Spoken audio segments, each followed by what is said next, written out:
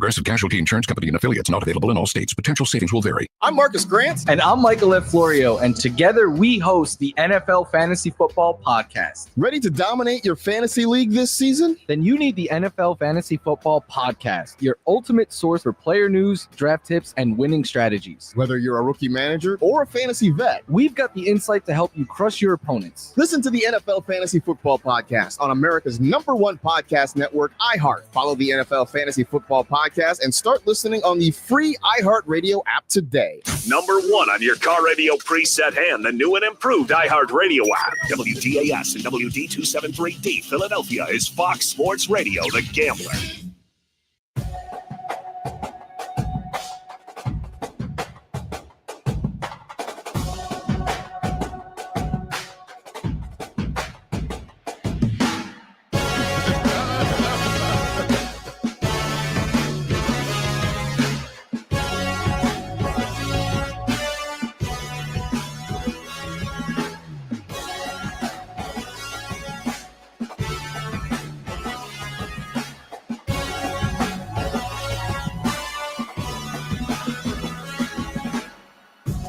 I mean, if we keeping a buck right now, we ass. So we 0-4. We have this one. We got nothing to lose. We dropped a quarter of our games, and we've yet to do anything. So we have to lock in. I'm a Cam Ward fan.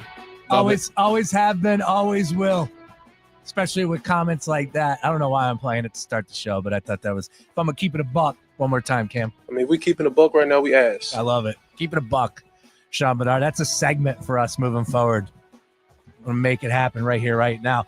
Good afternoon, everybody. It's the Daily Ticket with you here. Sean Barnard. We got a lot to get to. Of course, starting a little bit late. Had to do some work downtown in regards to the big 2026 World Cup that is on the horizon. Sean Barnard was able to get down there, and they had like this meeting for all things media and how crazy it's going to be. And it was good to meet a bunch of people because there is going to be a lot going on for 2026. And hopefully the Gambler will be a part of a lot of it. And of course, World Cup coverage. Nobody does soccer like we do here on this station, from Tansy, Larry Henry Jr., yourself, me. The list goes on. Of course, Roxy's a diehard. Rachel from Q102 is the in-arena host for the Philadelphia Union. Yeah, the Union games might be on a different station. I don't even know if half the people over there know it. But regardless, we care about the game of soccer, and we care about the Philadelphia Union, who, oh, by the way, have one hand on the supporter shield. That's right. And, oh, by the way, the World Cup that is coming here in 2026. All right, we're putting soccer to the side. And, of course, Major League Baseball postseason action. That's right. Did you see Scooble? I saw the stat line. I did not watch any of it. 14 strikeouts in a game one performance. How about that for an ace? Dude shoves, man. He is as much of a horse as you'll find in the modern day MLB. Just like the way he goes about it there. He's the man. So shout out to Scooble. If that Tigers team is have any sort of chance, and they've looked absolutely lifeless to close the season, it falls completely on his shoulders. So shout out to him for delivering game. Yeah, look, my wager was as follows, and it's pretty simple logic, where if you're going to get that guy to start game one, I was betting on Scooble. If he didn't smash the dude in the face with a fastball, 99 miles per hour to the jaw. And shout out went to the hospital to visit the dude after the fact. That's awesome. Yeah. He, you saw how upset he was, but that was the reason why they ended up losing that game. He was completely distraught, and it's understood, or it's understandable why he was in such disbelief that took place. But all in all, you get him, brand new slate. Bring it in, game one, 14 strikeout performance. I think the final score is 2-1, if I'm not mistaken. They might have got one more in the ninth. I apologize, I had to step out. But they had the 2-1 advantage going into the eighth inning / ninth inning as well. Scooble was lights out, 14 strikeouts. Dude, it was minus 115 to take the Tigers in the series. It was minus 175 for game one. Now, I'm not putting the cart before the horse by no means, or cashing a ticket here that hasn't gone final. But to me, yeah, I'll drink to that as I splash everywhere. Do you know what I have in my hand right now that I'm drinking? Is that Arnold Palmer? No. What is it? It is something that I have not drank. The only time I ever drink this carbonated concoction is when I'm in Las Vegas. Because Las Vegas, they don't have Red Bull out there. Really? So whenever you do bottles, and again, this is way long time ago. I haven't done bottle service in years. Whenever you do bottle service out in Vegas, you had to do the Monster. Not only am I doing the Monster, Sean Barnard, this isn't the sugar-free Monster. Wow. This is the regular Monster. This is the Call of Duty 7 Monster. We're talking about some muscle here. Yeah, this is the only thing that was downstairs. This coffee shop's closed. I need a little pick-me-up. So, very fair. I don't think you could tell, but, you know. Yeah, no, you coming out geared up here. So I love it, though, Brace. Love the energy there. I got a little Dunkin' coffee in the system personally, so I'm geared up and ready to roll here. I'm not a big Monster guy, we'll say. No. As I take my first sip, there's a reason why. Yeah, not a fan personally. I'm a fan of the marketing. They do a great job. Monster Girls do a great job. I'm a motocross guy. They have the Monster Girls everywhere. NASCAR, Monster Girls everywhere. They are really good at what they do in that category. But as far as the drink itself, I like my caffeine coming from other things. I'm a big Celsius guy these days. I like the Celsius. Celsius. The Red Bull marketing, by the way, is extremely strong as well. Of course. The Red Bull gives you wings. Yeah. They crush it with that. So and the dumb stuff that they do, whether it's the paragliding into the Delaware or if climbing the pole, what they were doing, they had something going on with the Manayunk Wall. They're always doing fun stuff. Yeah, Red Bull's top of the charts. You're right about that. I'm a sugar-free Red Bull guy or Celsius, but today, Monster Energy. Hey, why not? Let's do it. Live dangerous. All right, coming up at 4:30, we will talk all things NFL Week 5. And it's a segment that we do on the Daily Ticket, Sean Bray, Sean Barnard, every Tuesday called Tuesday Tells.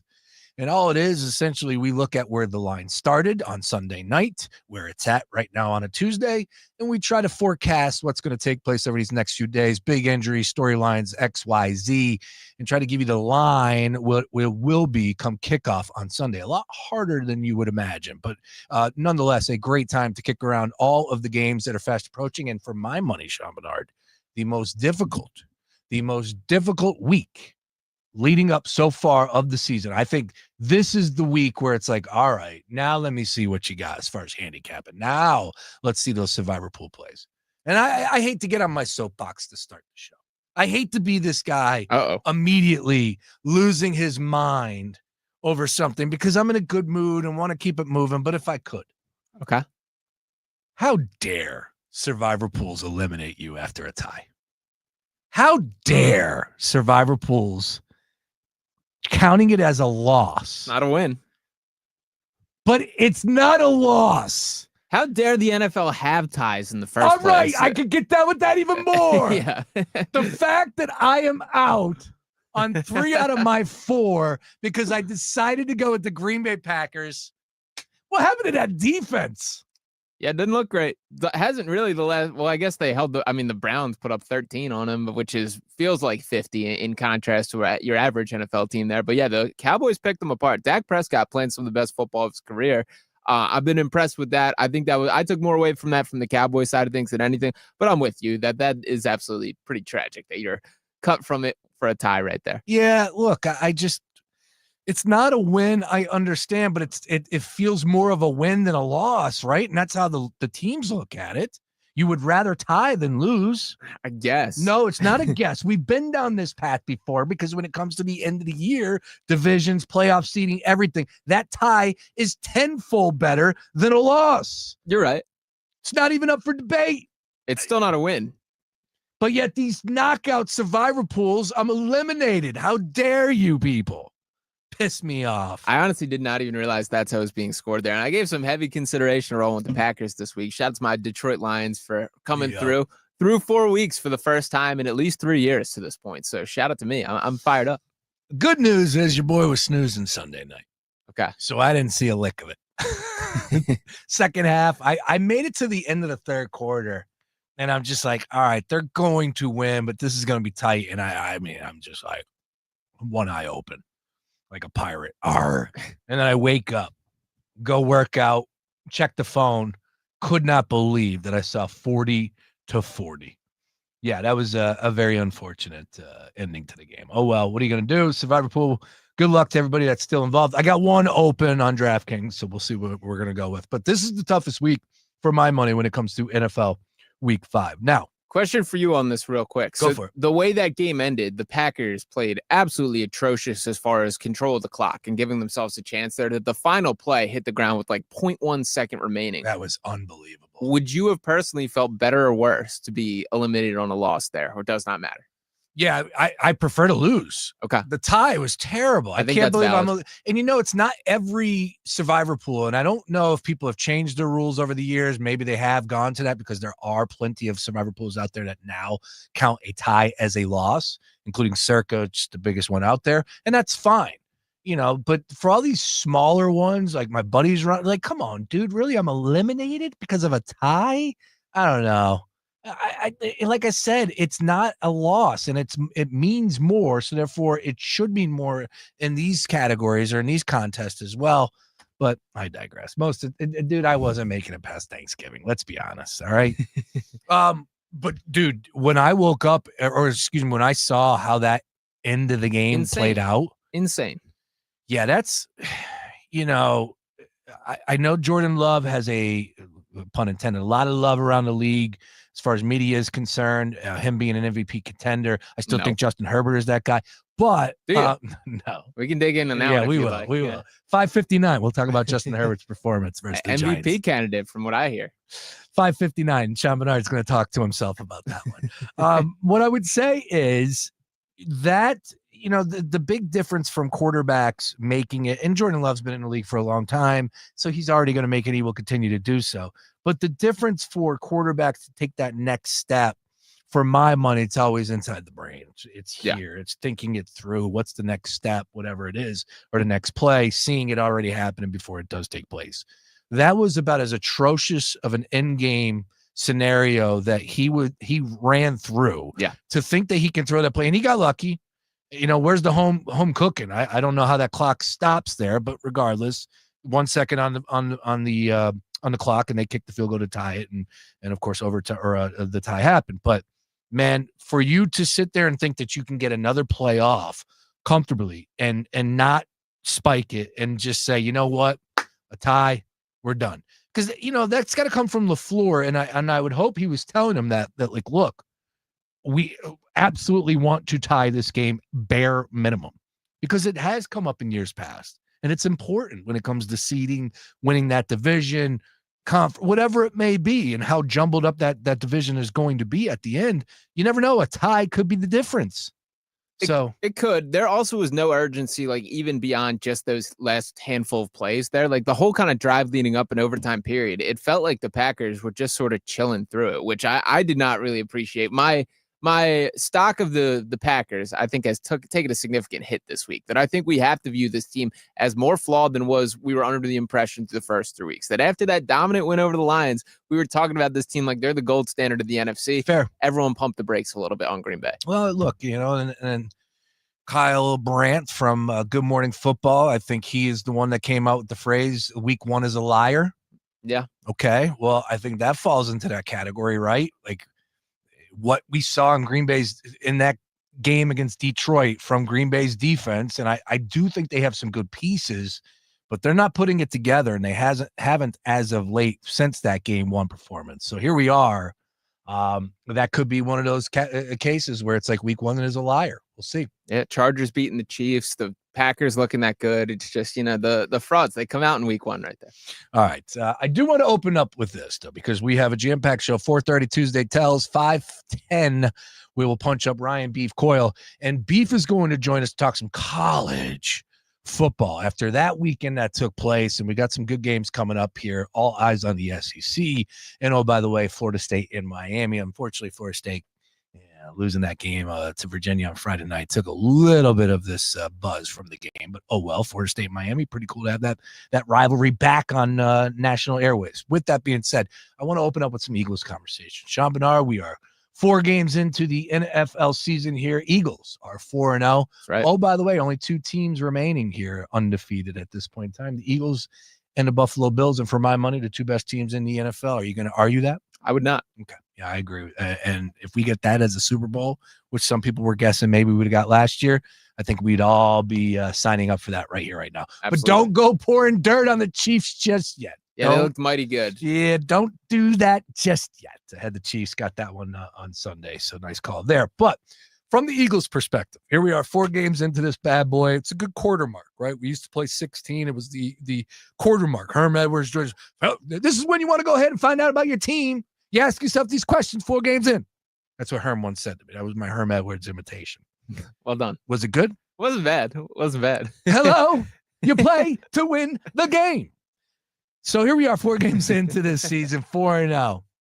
Who's the most impressive player to you? Individual player? Or coach from the Philadelphia Eagles through 4 games, 4-0, big-time victories over the Tampa Bay Bucks, over the Kansas City Chiefs, over the Dallas Cowboys, and over the LA Rams. The number 1 player that has impressed you the most over these 4 games. If I'm going over the 4-game sample size, you are going over the 4-game sample size. My answer would be the bald eagle himself, Zach Bond, right there. I had a little bit of doubt in the back of my mind coming into the season that maybe last year was an outlier year. Maybe this was a one-hit wonder kind of situation. Nope, absolutely not. This dude is straight up one of the best linebackers in football. He's everything that the Eagles need. He's the foundation of that entire defensive unit there. I think he's been excellent and kind of rose to the challenge basically every time he's tested there. A guy that when you don't notice him, it's for the right reasons, that he's making things happen before they happen on the field there. I think Zach Bond is every bit of like the foundation of this defense that they needed. Been very impressed and thrilled that this is legitimate, what we saw last year. What a story he has, Incredible. too, what he's been able to do. And, of course, being special teams to the Saints, getting an opportunity, 1-year deal.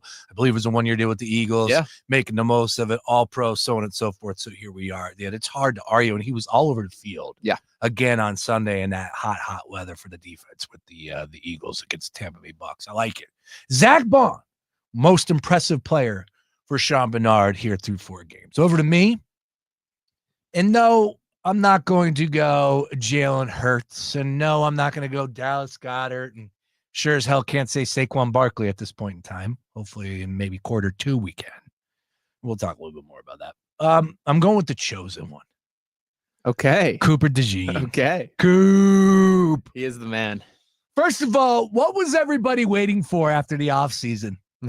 What was everybody's talking point this offseason? He got busy. Oh, Cooper DeJean, he's feeling himself. He's all over the place. He's out gallivanting, enjoying life, as he should.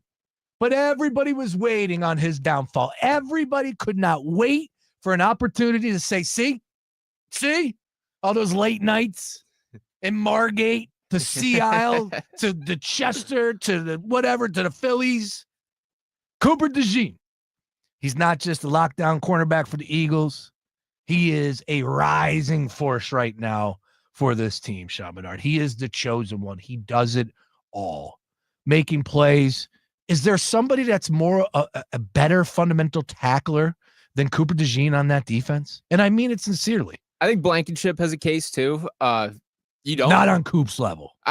Coop makes it look too easy. Yeah, he takes the feet out in a way that correct. Like they teach it. That so many guys, it's like you look around the league, it's not just an Eagles exclusive thing. It's like the pop on the shoulder and try and knock a guy over it. It's not the wrap up and bring down. Coop wraps up and brings down. And by the way, that step over, getting the flag for that, absolute insanity there. What are we doing, NFL? Let the boys have a little emotion, have some fun. They're not no fun league, bro. Yeah, 100% there. And the last name that I would throw in the mix here is the guy I was debating with Zach Bond is the corner counterpart for Cooper DeJean, and that being Quinyon Mitchell right here. It's hard to argue. We're pretty close to having the conversation for where does Quinyon Mitchell rank among the best corners in football, because I think he's in that top 5 mix. Absolutely.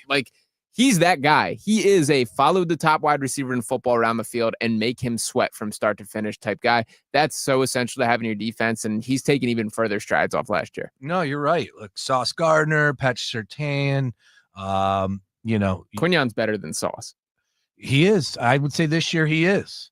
They got DJ Reed listed here, Jalen Johnson from the Bears, Trent McDuffie from the Chiefs, Stingley from the Houston Texans. Yeah, look, you can make and this is the issue, right? Like if you're not watching these games explicitly for the Eagles and that's it, then you won't know that Quinyon is now shadowing the best player. And he doesn't start following the big time receiver from the opposing team, but after that first big play, that's when he starts to shadow. And you saw it on Sunday, and I would imagine we'll continue to see that moving forward because that's how good of a cornerback he is. That conversation needs to be had right here, right now. Yeah, Sean.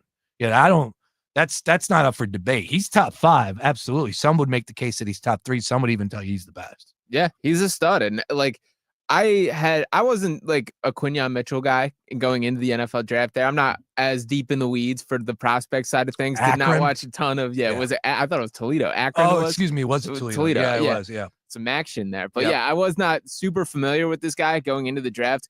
Just shout out to Howie Roseman for hitting an absolute home run with the selections there. Walking away in the same draft with Cooper DeJean and Quinyon Mitchell is like a decade of game-changing defensive talent right there. So shout out to Howie.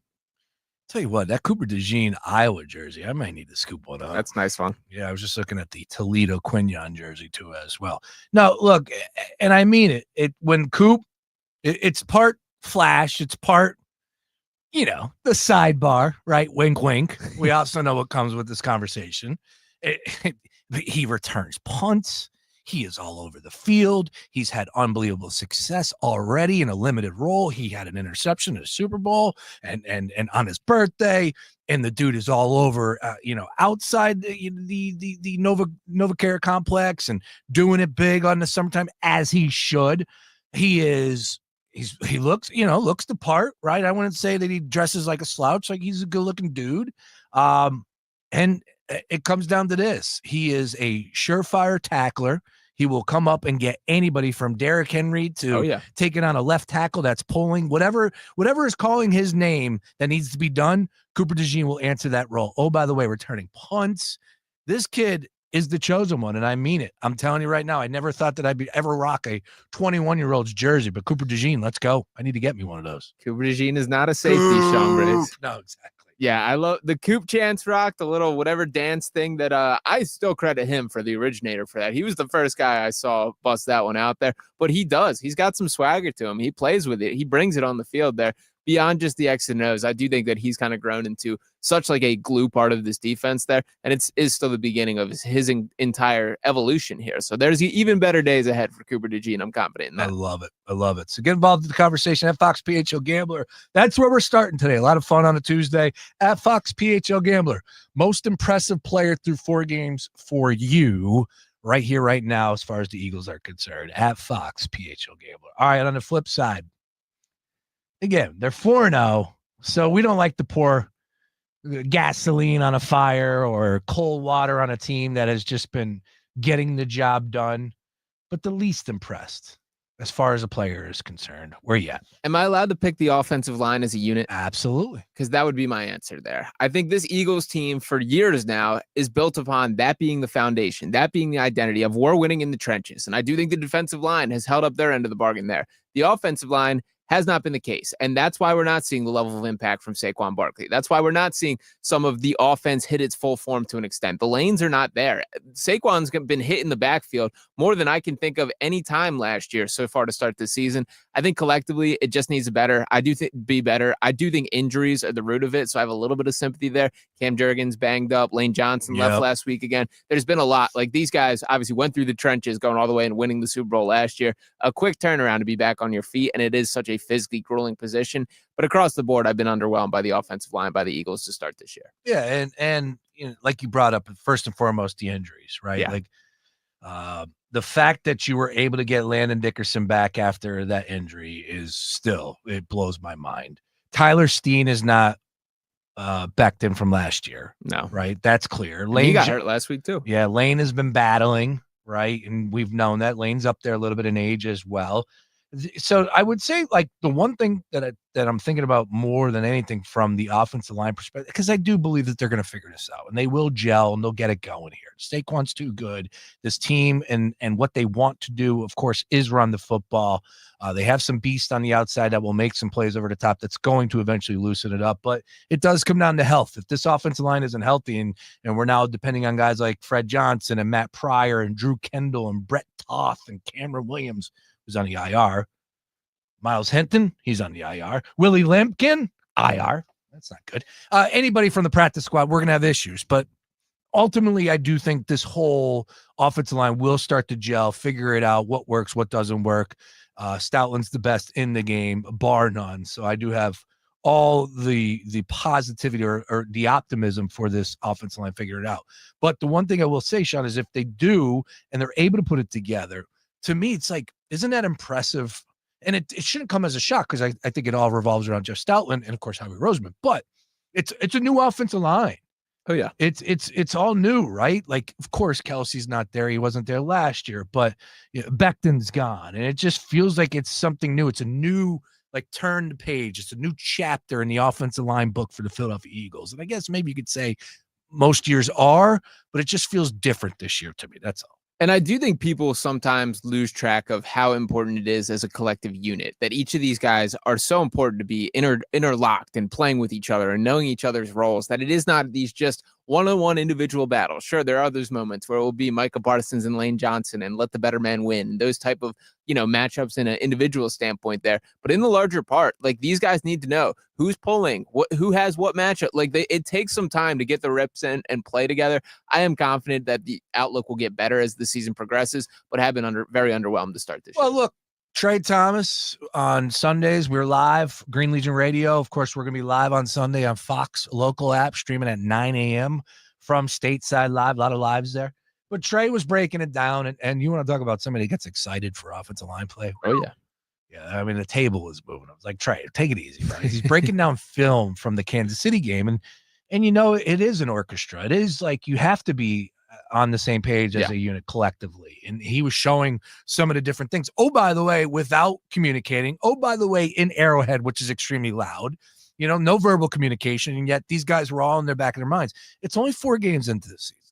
So, like, I'm with you. The offensive line has been rather disappointing so far. They're not getting that push that they once were. Yeah. And Saquon averaging under 3.3 yards per carry. That's just, it's not good enough. This team's bread and butter is running the football. Are they picking up the tush push? Are they picking up the tough yards? Are they perfect in the goal line or the ends or red zone? Excuse me. Of course. Yes. Like, that needs to be at the top of the page, but sure. Not everybody is perfect. Just because your record is, not everybody's playing perfect. With that being said, over to me. Mine's simple. And I'll tell you, I think you nailed it, right? That's the one flaw with this team right now is the push isn't there from the offensive line, the health, and they're still figuring it out. But mine is simple. It comes back to Sunday and what the hell A.J. Brown was doing. Always talk to him, somebody I talk to on a daily basis. I try to reach out to all our guys on a daily basis and won't get into any private conversations that we have, but always in constant communication with all these guys. Yeah, of course. That's head coach Nick Sirianni talking about whether or not he has discussed with A.J. Brown, the social media posts. And A.J. know what he's doing. And that's why it's the most disappointing part about all this. This team is 4-0. This team is it's so far past what these other teams are competing for, right? You got these other teams that are like, you know what? We need to keep it going. We got to stack wins together. That's not, like, I get it. That's what the Eagles will tell you, but it's about winning another Super Bowl. It's about getting back to the Super Bowl for this team. And there's only one other team that can say that, and that's the Kansas City Chiefs. So it's like A.J. Brown, here he is in a game that he got 9 targets. Yeah. 9 targets. All right. I get it. Not red zone. Not a deep ball. There's plenty. A couple deep shots. Yeah, but you know what? You want to take more with him. You want to allow him to eat, right? Yeah. And especially in the red zone. Like, he's that much of a body. But guess what? They're perfect in the red zone. So how dare you go to social media and take a piece of meat and throw it out there for the wolves to feast on? It just, it bothered me. And it should bother everybody because the Eagles are so far and away better than that. But clearly A.J. Brown wants to make it about himself. Yeah, I certainly wish he did not do that. And I also think it's kind of ironic and funny. The entire quote is about basically like staying silent and not causing a scene when that's like exactly what this does here. And he knows that. He obviously knows the reaction that this is going to start. Look at me. I get the frustration with the offense overall, that Petula has not been an ace to start the season. I would say that there's legitimate critiques with the play call, the passing game, why things have not like hit its full stride yet. But at the same time, this team is 4-0. And A.J. Brown, the grass is not greener, my friend. Amen. Where else could you possibly go if this is a force-out conversation, which I don't even think we're there. I don't think we're remotely there yet. But if you want to romanticize about how much better your stat lines could look if you were on another team, I just straight up don't really think that would be the case there. And I've even seen some of like the film guys, like Emmanuel Acho was diving into each of those 9 targets, calling them here damn targets, just throwing him his direction like that. I just disagree. Like, I think they were legitimate play calls to get him the football. I think AJ has to wear some responsibility for coming out of the routes a little bit sloppy at times and not blocking to the fullest of his capabilities. So let's just buy in and win another Super Bowl here. I don't need to hear any more of this nonsense, and I don't think it's necessarily going to stop. I agree, Sean. I think it was you and I talking last week where we were like talking about Hall of Famers from this team. And I said simply, it was either me or you or Sam, one or the other. And I simply said, if they continue to win, yeah, all those accolades will follow. Yeah. You win multiple Super Bowls. Yeah, you're damn right. You're at the top of the list, unless you're Eli Manning. Hey, with that being said, little update here is the Cubbies put one on the board. We are now tied out at Wrigley. 1-1. Padres, Cubbies at Wrigley in a beautiful afternoon for some baseball. My goodness, would I love to be there right now. Oh, yeah, as they're going absolutely berserk. Excuse me, 2-1 Cubbies. That must have been a 2-run shot. I did not know that. Back-to-back. Suzuki hit the first one. Well, damn, let me run it back. They went back-to-back. They did.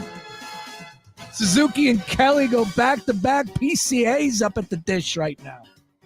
2-1 Cubbies, bottom of the 5th. Yeah, I had the Cubs winning here. I had all favorites. Not much to really break down when it comes to playoff baseball. Here's what I will tell you, my big hot take right here, right now, and you tell me it's kind of lukewarm. It's not even that hot. Okay. I don't think either one seed will be in the World Series. Okay. I don't think that's that hot of a take, to be honest. I'm surprised the lack of respect the Brewers are getting. I think the Brewers are a very good baseball team. Well, then that should be coming right back in my face then.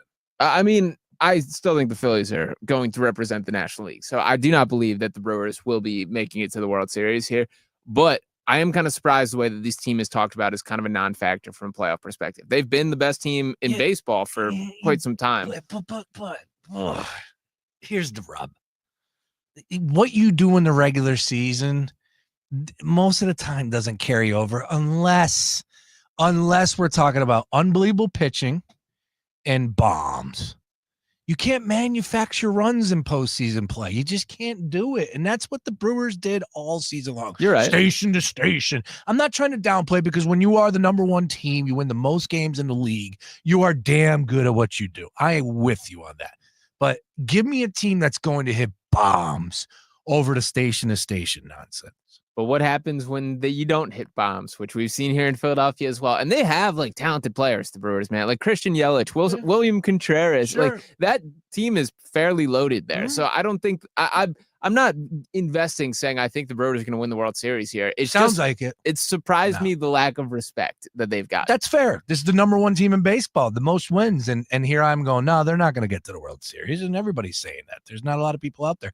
A majority of people, believe it or not, I saw a bunch of people putting out those graphics today. Mm-hmm. I saw a lot of Phillies and Mariners. Yeah. Which would be awesome. I think I have that as an exact. I took that out in Chicago like an idiot, just having fun. Small little play, but nothing too crazy. However, I think it's Yankees and Phillies in the World Series. Okay. Interesting. Yeah. I'm not a full believer in this Yankees team. Ooh, they're putting it together. They are. There's not really too much of a hotter team than the Yankees for my money. They won 8 straight heading into the playoffs here. That's a replay. And they play in that small ballpark. They made a run last year. Like I'm a bombs guy, man. I'm all about bombs, Sean Barnard. Yeah. Interesting there. Do you see the Cleveland Guardians calling up a rookie for the first time for this playoff run? Well, first of all, the Guardians. You meant. What did I say? Did you say the Indians? I didn't think so. Did I? Did you say the Indians or Guardians? I thought I said Guardians, but I was like, how would you say the Indians? You're young. I don't even think they were the Indians. No, they were. I bet you they were. They were. I heard a guy on ESPN say the Indians today. I was cracking up. It's just, it rolls off the tongue. And it's a shame because the Indians was a great logo. And I get it. The DC, the team, for my money, I felt like I always had a little something different in the name versus the Indians, but whatever. It's 2026. I'm ready to move on. It's 2021 that they changed their name. Yeah. So not that long ago. No, it's a shame because that logo was great. I mean, it was really cool. And of course, Major League plays into it, right? The movie, but regardless, who cares? The Guardians, look, they were a hot team. They were built off of starting pitching. They were incredible. They went to a 6-man rotation with 25, 26 games left in the regular season. They went on such a tear. The number one team as far as comeback, winning the division. I think they were down 15 and a half games. Like, everything has been written about them. It's all true. Their offense stinks, though. Like, they're going to struggle again tomorrow. They haven't been able to put anything together. So if they're calling new blood up, it tells you all you need to know there. It's just quite the debut. Like, imagine being this kid. He's 23 years old and said your first opportunity in the major leagues will be in the opening round of a playoff game here. I was just surprised to see that pop across the timeline. Don't know the full details of the lead up to that. I know he's a highly regarded prospect, but that caught my attention. Love it. All right, off and running here. Of course, we opened up shop talking some birds. Love to get you involved with that. Most impressive and least impressive player / coach or unit. You can throw it all in there at Fox PHL Gambler, at Fox PHL Gambler. He's Sean Barnard. I'm Sean Brace. You can find us on socials. Get involved in the conversation there. We will continue the Eagles conversation. Got a couple more quarter mark questions that I will throw Sean's way throughout the course of the show. Other side, though, we do a segment called Tuesday Tells, where we fire up all things DraftKings and take a look at what the opening number was, where it's at right now, and what it will become Sunday, all things NFL Week 5. Let's look at the futures on the other side. More Daily Ticket after this. If you can wager on it, we're talking about it. It's The Gambler. Our 2025 iHeartRadio Music Festival, presented by Capital One. Streaming only on Hulu. Beginning Thursday. Jelly Roll! Hi, this is Ed Sheeran. Cool J. Brian Adams. Make some noise for Tate McRae. Hey, I'm Sammy Hagar. Mariah Carey. We have a room 5. Good evening. Hey, this is John Fogerty. Tim McGraw. And so much more. See it all at our 2025 iHeartRadio Music Festival, presented by Capital One. Streaming only on Hulu. Beginning Thursday. Fox Sports Radio, The Gambler. Now, total traffic for Philadelphia. Heads up, we've had a crash on 295 southbound as traffic jammed, approaching 38 to 73. Everything's off to the shoulder, but attracting attention. 482 southbound, that's stop and go from the Walt Whitman down to Creek Road. The westbound Schuylkill jammed up University to Vine and Boulevard to Belmont. Eastbound stop go Blue Route to Belmont, Montgomery Drive to South. 95 northbound, slow approaching 420 earlier car fire off to the side, and then jam Vine Expressway to Bridge. Southbound jam Cotman to the Betsy Ross. Lara Totella, total traffic. This report is sponsored by Rapid Radios. Rapid Radios are instant push-to-talk walkie-talkies offering national LTE coverage and no subscription ever. A great alternative to a mobile phone for your kids. For a limited time, go to rapidradios.com and you'll get 60% off. Free UPS shipping. Add code radio and get an extra 5% off. Time now for your Tuesday BetMGM Baseball Buzz. Wild card round starts today. Tigers and Guardians with Tarek Skubal on the mound. Padres and Cubs at Wrigley Field in Chicago. Red Sox and Yankees in the Bronx. Garrett Crochet versus Max Fried. Out west, Dodgers and Reds. Blake Snell and Hunter Green. Step up to the plate with BetMGM, an official sports betting partner of Major League Baseball. Bet on any MLB game to activate an odds boost token. If your boosted bet hits, you'll score a bigger payout. No opt-in is required. MLB trademarks used with permission. BetMGM and GameSense remind you to play responsibly. See BetMGM.com for full terms. 21 plus. This U.S. promo offer is not available in Mississippi, New York, Nevada, Ontario, or Puerto Rico. Gambling problem? Call 1-800-GAMBLER. Available in the U.S. For New York, call 877-8-HOPE-NY or text HOPE-NY 467-369. For Arizona, call 1-800-NEXT-STEP. For Massachusetts, call 1-800-327-5050. For Iowa, 1-800-BETS-OFF. For Puerto Rico, 1-800-981-0023. Subject to eligibility requirements. Rewards vary and expire in 1 to 7 days. In partnership with Kansas Crossing Casino and Hotel. And that's your Tuesday BetMGM Baseball Buzz. This isn't just a game, it's a once-in-a-generation event. The Harlem Globetrotters 100-year tour. Come be part of a legacy that never stops. The Harlem Globetrotters 100-year tour. Get your tickets today at harlemglobetrotters.com. Parking shouldn't slow you down. ParkWiz gives every driver a shortcut. Book ahead, save up to 50%, and skip the hassle of circling the block. Park smarter, park faster. ParkWiz. Download the ParkWiz app today and save every time you park. Major League Volleyball, a new unified league where the game's brightest stars compete at the highest level. The most established women's pro volleyball league in the U.S. is on fire. But we're just warming up. Every serve, every spike, every moment. Don't miss the action. MLB Season 3, January 2026. Join the movement at provolleyball.com and follow MLB on Instagram and YouTube. I have heart failure, and being out of breath all the time was just too much. I also have other symptoms like carpal tunnel syndrome and lower back pain, and I thought something's really off. That's why I talked to my cardiologist about ATTR-CM, or transthyretin cardiac amyloidosis. ATTR-CM is a serious heart condition often accompanied by other non-heart-related symptoms. It's a condition that gets worse over time, so starting treatment early is important. Talk to your cardiologist today to see if you have ATTR-CM. Vindamax, tafamidis, is a prescription pill taken once a day to treat adults with ATTR-CM to reduce death and hospitalization for heart problems. Tell your doctor about all your medications, medical conditions, and if you have liver problems or breastfeeding, pregnant, or plan to be. There are no known side effects with Vindamax. For prescribing information, call 1-877-278-9632. Learn more at Vindamax.com. Ask your doctor about ATTR-CM. Sponsored by Pfizer. Stop settling for weak sound. It's time to level up your game and bring the boom. Hit the town with the ultra-durable LG X Boom portable speaker and enjoy vibrant sound wherever you go. Elevate your listening experience to new heights because, let's be real, your music deserves it. The future of sound is now with LG X Boom. And for a limited time, save 25% at LG.com with code FALL25. Bring the boom. X Boom. Hey, man, you all right? Need me to call 911? No, call Top Dog Law. Get top dollar for your accident at topdoglaw.com. Once again, that's topdoglaw.com.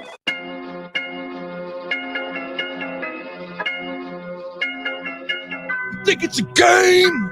I got it. Hopefully, I think I have a ticket for Saturday night. Here's my issue, Sean Barnard. I could potentially have a ticket for the Phillies-Dodgers game one. Like, hands down, nothing makes me go even crazier than a Phillies playoff game. Like, it's the best atmosphere. All love and respect to the Eagles. You can give me an NFC Championship game. I something about the bank and playoff baseball with the weather at night, the rally towels going nuts, the team itself, right? Like, yeah, it's number one for me. Has it always been? No, but it's number one for me right now. So I think I might have an opportunity to get a ticket. And have you seen the prices on those tickets? Good I have. Lord. I have. Even with TickPick without the fees. It's like, all right, yeah. Like, thank you for saving the fees, but good still grief. costs a pretty penny. Right. It's a car payment. Yeah. So where I'm at now is the issue is we are live on Sunday morning at 9 a.m. So there's a chance that I'll be leaving Citizens Bank Park at 11, back down at Stateside Live for 7 o'clock in the morning. Why is there a bug? There's like a bug in here, a little gnat. It's bothering me right now. You see it? You don't even see it. You can't see the gnat, but it's flying by me. I believe you. All right. Anyways, so I'm trying to figure out what's going to be my move on that one, but still. I am a big sleep when you're dead kind of guy. Oh, yeah. For the time being. Yeah, wait till you turn 44. I was also going to note I say that without any children at home. And, Yeah. So, yeah, probably a little different circumstance, as I say, as a 25-year-old here. But, Oh, yeah. You know. Exactly how I was when I was your age, too. Now it's like, yeah, I'd rather sleep. I don't want to die, but I'd rather not. That's the decision you got to make here. Would you rather be at the bank, be in the madness, watch Christopher Sanchez throw an absolute gem to give them a 1-0 series lead here over at the Dodgers or Reds, or would you rather get some Z's?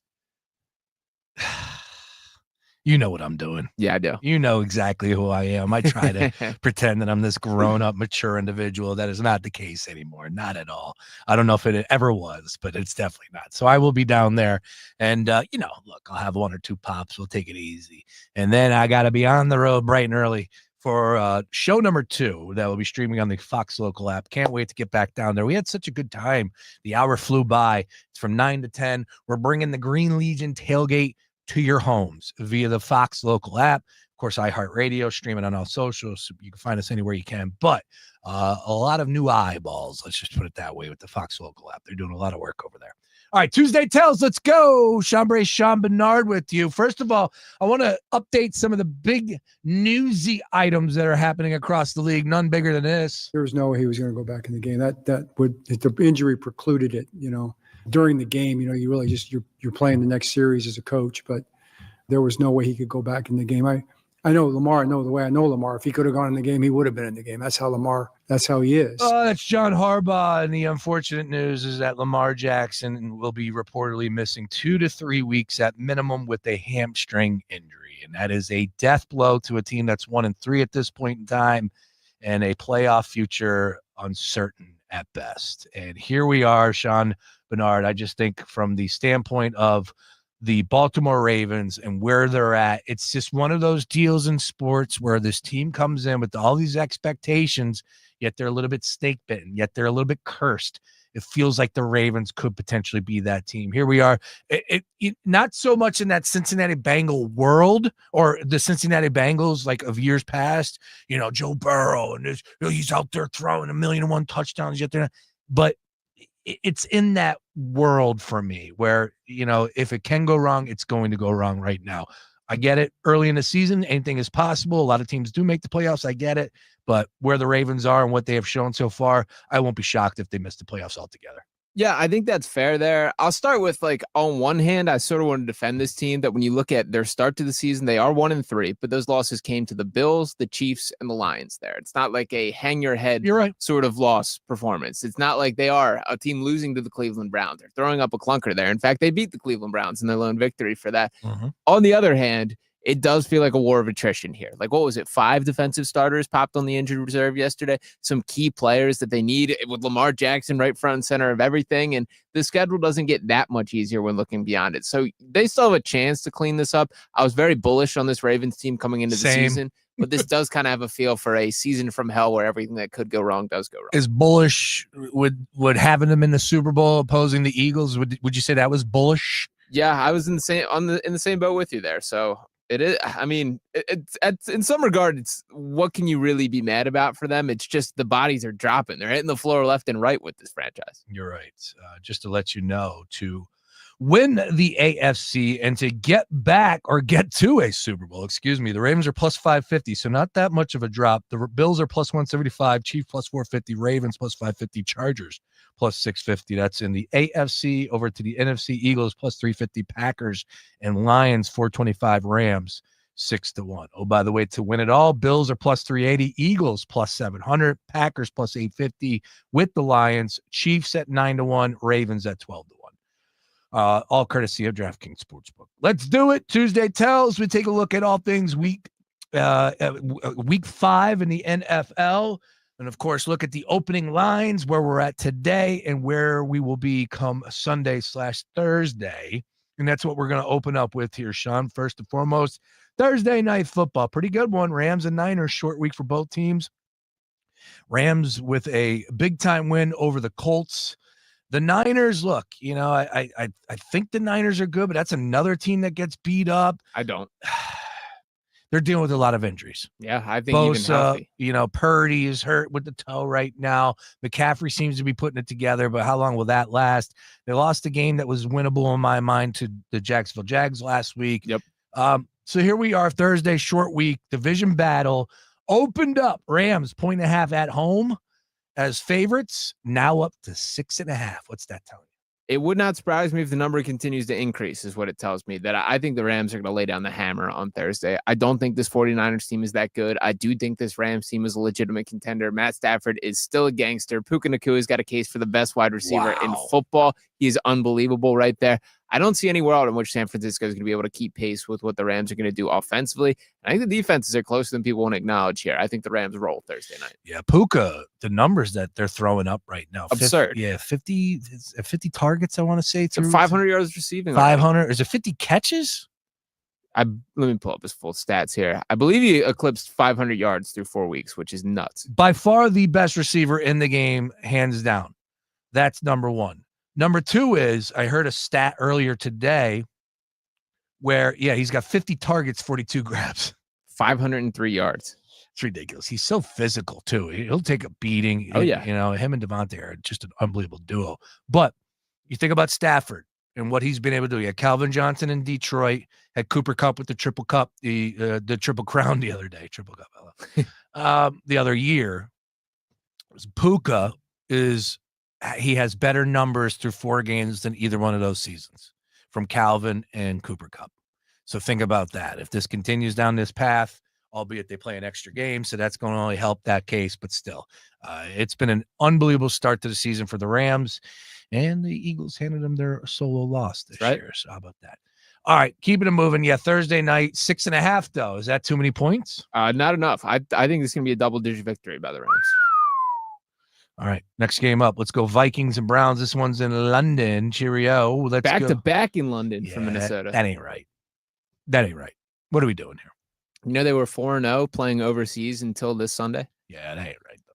Come on, man. I know Raj and the ownership. And look, that comes down to Minnesota's owner saying, yeah, we're cool with that. It's just a shame. Like if I was a Minnesota Viking fan or a player, back-to-back international. How many years until an overseas our team is owned overseas? I thought the Jags were going to be the team that moved. I think everybody was on that same page. I thought that it would have been happening probably right around this moment, 2026, 2030. Yeah. I'll say 2030. There's an international team there. Yeah, I was going to say that you're on the same page as me, that I think it's within like the next 10 years for sure. Definitely. And that's going to change a lot. Really will.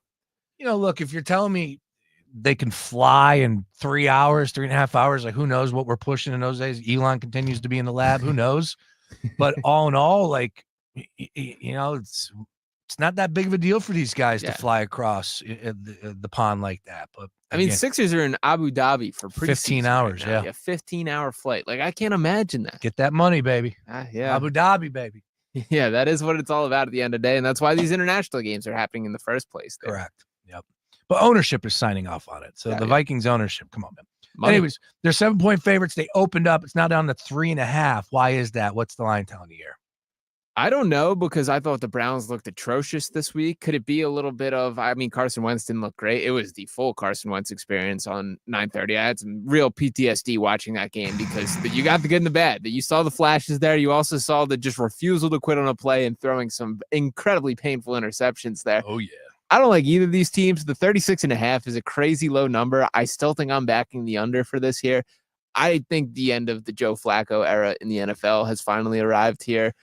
This is like a complete stay away spot for me. If you just want to take the swing, maybe the Browns are good enough to pull off an upset there. That defense is the real deal. But yeah, the under would probably be my play. Yeah, I think Dylan Gabriel will be getting some run here. But all in all, maybe not, because it's a cross season. Who knows? Who the hell knows with the Browns? But it's 3.5. There's no way I'm not taking the Vikings at this spot, regardless of who the quarterback is. Browns defense is good. They've shown up in big ways, but they were brought back down to earth against the Detroit Lions last week. We'll see. But 3.5 now from down 7, open 7 to 3.5. That is very interesting. All right, next game up, Dolphins and Panthers here. Dolphins finally got a win last night. Panthers got lumped against the Patriots, had that one.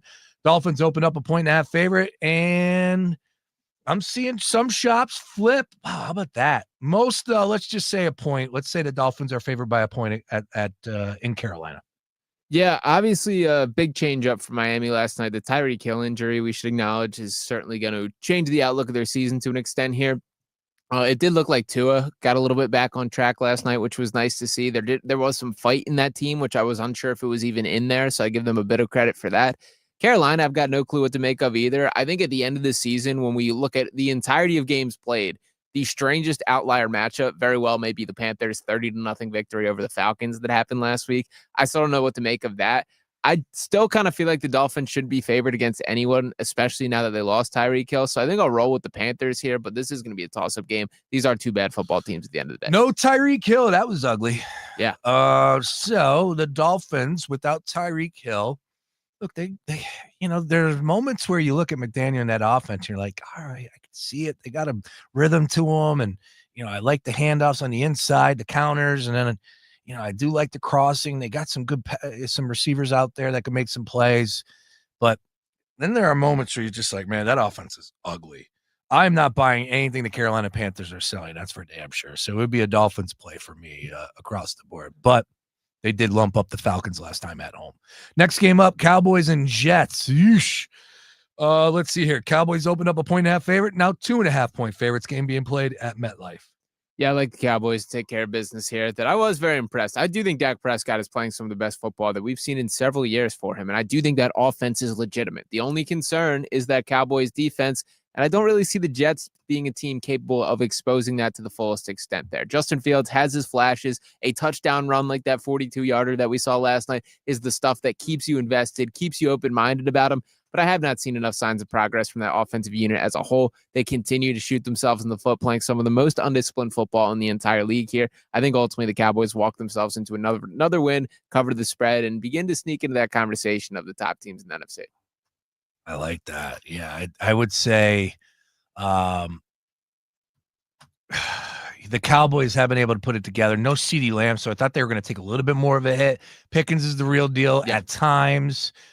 He could be that guy, but can you bank on it? I know it's a contract year, so you're definitely getting the most out of him.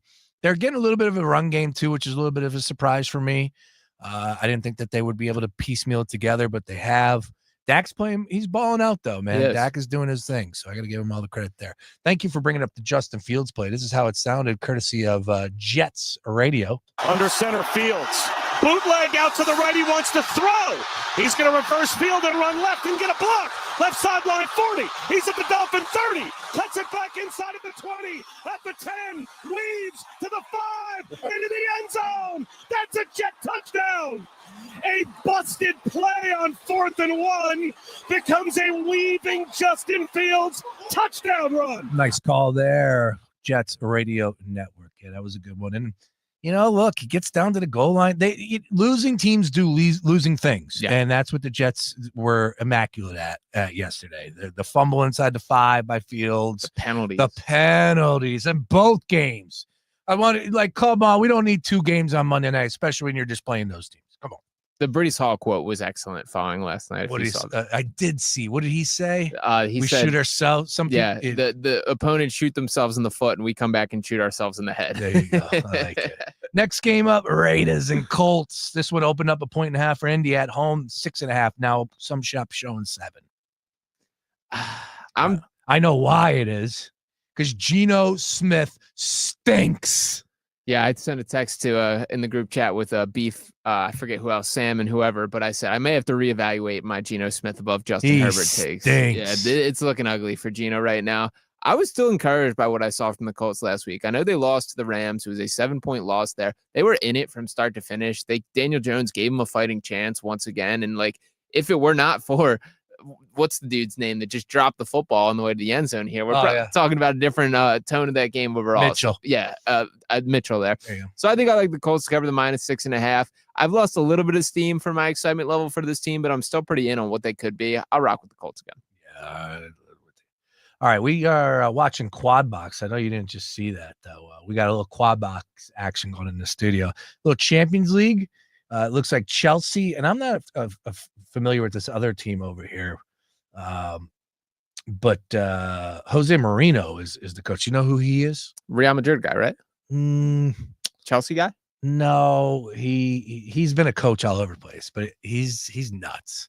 Anyways, they just you never heard of Galatasaray? Is that who they're playing? Yeah. Oh, the head coach of Galatasaray. Oh wait, that's another replay. My fault. Oh, I jumped. Yeah. All right. Yeah. No, I've never even heard of Galatasaray either. Sorry. They're a big dog. Jose Mourinho team. Jose Mourinho. He did coach Chelsea. He was, but not today. They were playing right. Chelsea. Yeah, he's been all over. He's Manchester United's coach. All he does is win, and then he wears out his welcome like two years later, and he gets fired. I'll give you this one. He's a head coach of Premier Liga club Benfica. There you go.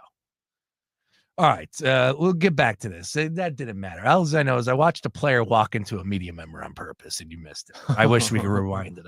I would be milking that if I'm a media member, man. He threw his shoulder into him. Might have to get the stretcher out to get me off that field if I'm him. Raiders and Colts, 1.5 up to 7. Anything? Oh, yeah. You got to play in the Colts? Taking the Colts. Riding with the knee. Broncos and Birds, 4.5 down to 3.5. The Eagles are favored right now. What's that telling you? I think that there's a little bit of belief in this Broncos team. I like the Eagles to cover this one. This is probably the most comfortable I felt in a matchup so far this year. Bo Nix, man, I'm seeing some regression from what I saw last year. That the feet in the pocket don't look great. The decision making. I'm a Bo Nix guy, man. He's making me a believer. This year he has. I'm pulling for him more than anything. How about that? I agree with that. I like Bo Nix. I've just been a little concerned with what I've seen this year. He threw another interception in the end zone last night, and obviously they were playing a poor football team, so it did not come back to bite them. But there's just been too much for me to be concerned. That defense is the real deal for Denver. It will give the Eagles a little bit of trouble there, but I do think they work their way into a win and cover the 3.5. Giants and Saints win number 2 for the G-Men on the road in New Orleans. 1.5 they opened, flipped. Now they're catching 2. I think they win outright once again, Sean Brace. I'm darted up right now. I'm believing a little bit of what Jackson Dart has this squad looking like, that there does feel to be a boost that he's brought team-wide or franchise-wide. The hug between him and Brian DeBull last night, I mean, that was a as clear of you just saved my job hug as we'll see in all of sports right there. Spencer Rattler has yet to win a game in the entirety of his NFL career. I don't think it starts this week. I think the Giants pick up another. All right. Texans and Ravens opened up at 7.5, and this bad boy has flipped. Of course, Lamar Jackson not in. It is now the Houston Texans are the Baltimore Ravens catching 2.5 at home. Your thoughts? Yeah, I like the Texans to win and cover there. I think the injuries are just going to be too much to overcome here. And the biggest flaw that this Texans team has is very clearly the offensive line. The amount of injuries that Baltimore has on that side of the ball, I don't think they're built to exploit that right there. Give me the Texans to pick up another victory. Yeah, Mamaduke is out. Neck injury. Yep, so he's done for the season. Back-to-back Pro Bowler there. And then no Lamar Jackson. So what, is it going to be Tyler Huntley? Is that the backup quarterback? Nah, because he was in Cleveland. Is it Cooper Rush? It is Cooper Rush. Wow. Yeesh. Cooper Rush is your back. Yeah, it is Cooper Rush. Yeah. I didn't even know who the hell it was.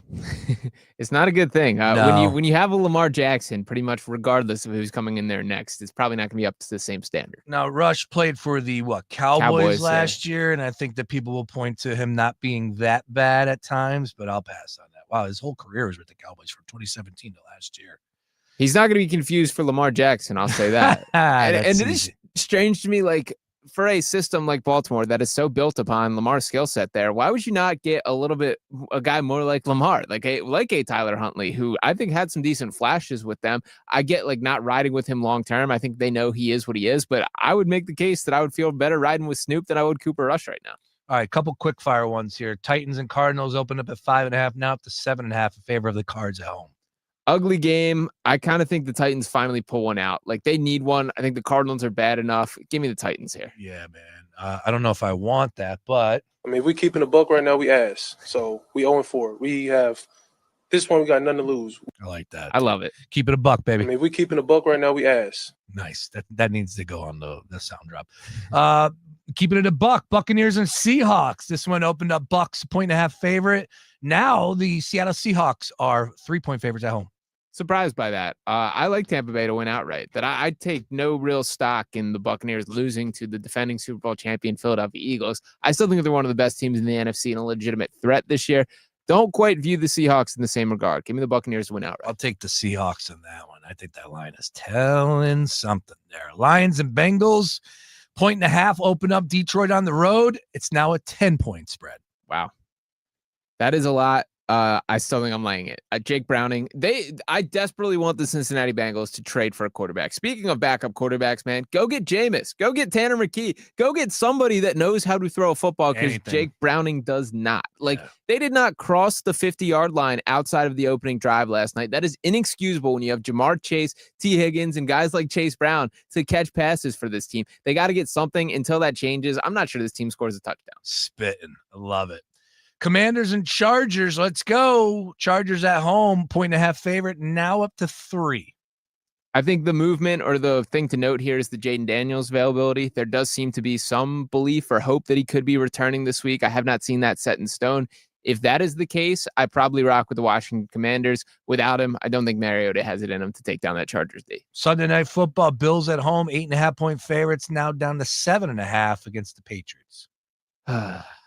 That's starting to feel like a lot of points for me, but I still think Buffalo is pretty much the gold standard in football for the way that they've looked to this point. I think New England is a sneaky, a scrappy team that's going to put up a battle.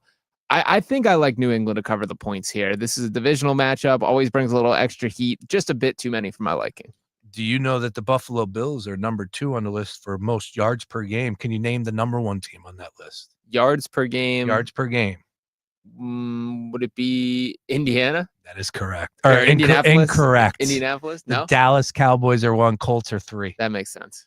All right, Monday Night Football, Chiefs and Jags. This one opened up Kansas City 4.5-point favorites on the road, and we are now down to 3.5. Let's just say for the conversation here, Chiefs on the road in Jacksonville, 3.5-point road favorites. Your thoughts? Yeah, I'm back in on this Chiefs team as legitimate contenders. That was a throwback Patrick Mahomes performance that was as good as you will see. That was necessary to build up confidence within the organization. Xavier Worthy returning has made a big difference in there. I think Jacksonville should feel good about how they stand right now. That victory that they picked up this week, there does seem to be a little bit of progress in how they're looking down there at the defensive unit. 4 takeaways in back-to-back games there. They've been very good, but I do think the Chiefs are real deal contenders, real deal Super Bowl threats, and prove that by covering the 3.5. Excellent stuff. Once again, Tuesday Tells. Sean Barnard, Sean Brace with you here every Tuesday. Normally we do it at 4 o'clock. Had a couple other things happening today, so we bumped it. 5 o'clock hour is here. On the other side, Ryan Beef Coyle is going to join us, Sean, and we're going to talk some college football. Motion man comes over. Eller going to throw. Steps back. Swings it down. It is intercepted. Oregon pick. Ducks win. Ducks win. How about that? Of course, that's how it sounded of the Oregon Ducks radio network. Ryan Beef Coyle, let's talk some college football on the other side. Beef joins the party more after this. From Tuscaloosa to the Big House, Saturdays start here. Howard flips it. Smith's got it, and the freshman just waltzes in as the Buckeyes score. Your home for all things college football coverage. It's The Gambler. The Bonus Bucks Cash Contest is back. That's right. Every weekday, we're dropping code words and your shot to score a quick stack of bonus bucks. Hear it, text it, and you could be counting cash before the day's over. It's easy to play. Big money on the line. 9 times a day, top of the hour. Hear the keyword, and you could win $1,000. Your shot at bonus bucks all fall long right here on The Gambler. It was a typical day in Philly until the word got out. It's a crime to pay more than a dime. One dime down. Just go to Springfield. Springfield Mitsubishi. Every vehicle is just a dime. One dime down. Plus, new Mitsubishis are $9,000 off. Yeah, $9,000 off MSRP. And get 0% financing. 0 for 60 months at Springfield Mitsubishi. Plus acres of pre-owned. All makes, all models. And ask for credit amnesty. If you bring home $400 a week, you could get up to $30,000 in credit. With just one dime down. Up to $9,000 off MSRP. And it's a crime to pay more than a dime. One dime down. At Springfield Mitsubishi on Baltimore Pike. They service all makes and models. PhillyDrive.com. PhillyDrive.com. New 25 Outlander, 32.2, dime down, $535 a month, 72 months at 6% APR. Plus tax tag title to qualified buyers up to $9,000 off plug-in hybrid platinum through 9/30. This isn't just a game, it's a once-in-a-generation event. The Harlem Globetrotters 100-year tour. Come be part of a legacy that never stops. The Harlem Globetrotters 100-year tour. Get your tickets today at harlemglobetrotters.com. Parking shouldn't slow you down. ParkWiz gives every driver a shortcut. Book ahead, save up to 50%, and skip the hassle of circling the block. Park smarter, park faster. ParkWiz. Download the ParkWiz app today and save every time you park. Time now for your Tuesday BetMGM Baseball Buzz. Wild card round starts today. Tigers and Guardians with Tarek Skubal on the mound. Padres and Cubs at Wrigley Field in Chicago. Red Sox and Yankees in the Bronx. Garrett Crochet versus Max Fried. Out west, Dodgers and Reds. Blake Snell and Hunter Green. Step up to the plate with BetMGM, an official sports betting partner of Major League Baseball. Bet on any MLB game to activate an odds boost token. If your boosted bet hits, you'll score a bigger payout. No opt-in is required. MLB trademarks used with permission. BetMGM and GameSense remind you to play responsibly. See BetMGM.com for full terms. 21 plus. This U.S. promo offer is not available in Mississippi, New York, Nevada, Ontario, or Puerto Rico. Gambling problem? Call 1-800-GAMBLER. Available in the U.S. For New York, call 877-8-HOPE-NY or text HOPE-NY 467-369. For Arizona, call 1-800-NEXT-STEP. For Massachusetts, call 1-800-327-5050. For Iowa, 1-800-BETS-OFF. For Puerto Rico, 1-800-981-0023. Subject to eligibility requirements. Rewards vary and expire in 1 to 7 days. In partnership with Kansas Crossing Casino and Hotel. And that's your Tuesday BetMGM Baseball Buzz.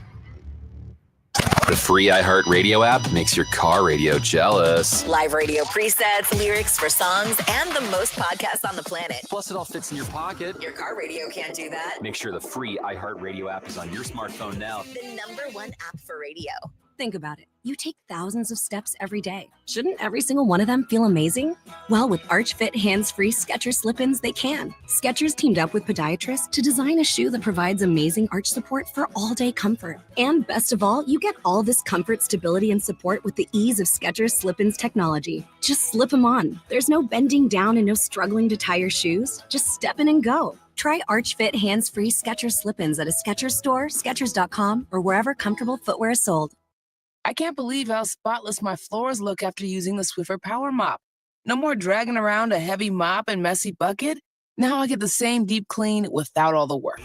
Thanks to the powerful solution and scrubbing pad of the Swiffer Power Mop, dirt and grime don't stand a chance, and I don't break a sweat. Mic drop. Mop drop. Swiffer Power Mop. Swiffer Power Mop. A smarter way to mop. Try it or your money back. This isn't just a game. It's a once-in-a-generation event. The Harlem Globetrotters 100-year tour. Come be a part of a legacy that never stops. Be there when history is made. The Harlem Globetrotters 100-year tour. Get your tickets today at harlemglobetrotters.com. It'll turn breezy overnight as cooler air rushes in out of the northeast. Low temperature 58 in the city, low 50s in the suburbs as the sky turns clear. And it's a beautiful Wednesday on tap. Lots of sunshine. It's still on the breezy side, but highs a little below average of 72. I'm meteorologist Adam Joseph with your 6 ABC forecast. This report is sponsored by Rapid Radios. Rapid Radios are instant push-to-talk walkie-talkies offering national LTE coverage and no subscription ever. Perfect for instant contact with an aging parent. For a limited time, go to rapidradios.com and you'll get an extra 60% off, free UPS shipping, and add code radio for an extra 5% off. Fox Sports Radio, The Gambler. Now, total traffic for Philadelphia. Spot you want to avoid right now, the Ben Franklin Bridge heading into Philadelphia. Traffic barely moving. Approaching the toll plaza to just past Midspan where it crashes. Only the left lane getting by. If you're not already stuck, head for the Walt Whitman instead. We've got delays on 42 south from the Walt Whitman down to 55. 95 northbound, stop and go Vine Expressway up the bridge. Southbound Jan Cottman to the Betsy Ross. A westbound Schuylkill Heavy University to Garden Boulevard to Belmont. Eastbound Jam Blue Route to Belmont and Montgomery Drive to South. Laura Tortella, total traffic. This report is sponsored by Prime Big Deal Days. Looking for a kitchen upgrade? Prime Big Deal Days are coming. But even if that's not on your list, there will be deals on all kinds of must-haves. Up to 40% off. Shop Prime Big Deal Days on October 7th and 8th. I have heart failure, and being out of breath all the time was just too much. My lower back pain was interrupting family time. My carpal tunnel syndrome was taking me away from work. That's why I talked to my cardiologist about my symptoms.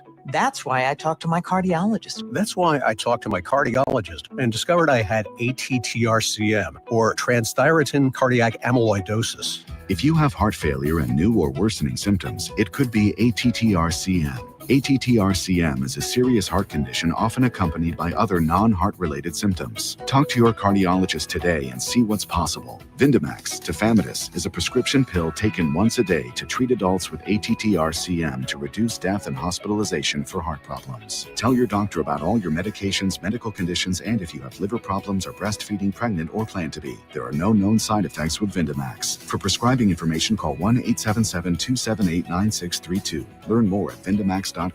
Sponsored by Pfizer. Stop settling for weak sound. It's time to level up your game and bring the boom. Hit the town with the ultra-durable LG X Boom portable speaker and enjoy vibrant sound wherever you go. Elevate your listening experience to new heights because, let's be real, your music deserves it. The future of sound is now with LG X Boom. And for a limited time, save 25% at LG.com with code FALL25. Bring the boom. X Boom.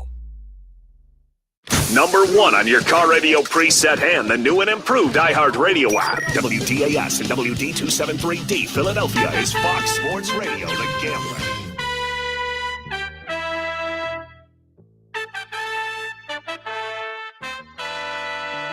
Brings Jeremy in motion to the near side, leaving two to his right. Looking, firing, caught, touchdown! Jeremy Barnard on the slant, and Alabama gets on the board first. Is that a family member, Sean Bernard? Jeremy Barnard? Giovanni Bernard's my first cousin. Oh, there you go. Not Jeremy. Germie. Jeremy Barnard. Yeah. Giovanni came from the Italian side, but attaboy. Yeah. All right, Daily Ticket with you here. We got Sean Bernard and Sean Brace. And then joining us, ladies and gentlemen, this man, he needs no introduction because when he walks into a room, everybody just pauses what they're doing and they look over. Who is that guy right there? His name is Beef. Ryan Coyle joining the Daily Ticket here on a Tuesday. Great to have you aboard, Beef. How you doing today, sir? I appreciate the introduction. I don't know how true that is, but I'll take the compliments when I can get them. Oh, Beef. Kill him with kindness. You know what it's all about. Kill him with kindness. All right, so here's the deal, man. We got a lot to chew on here in the world of college football.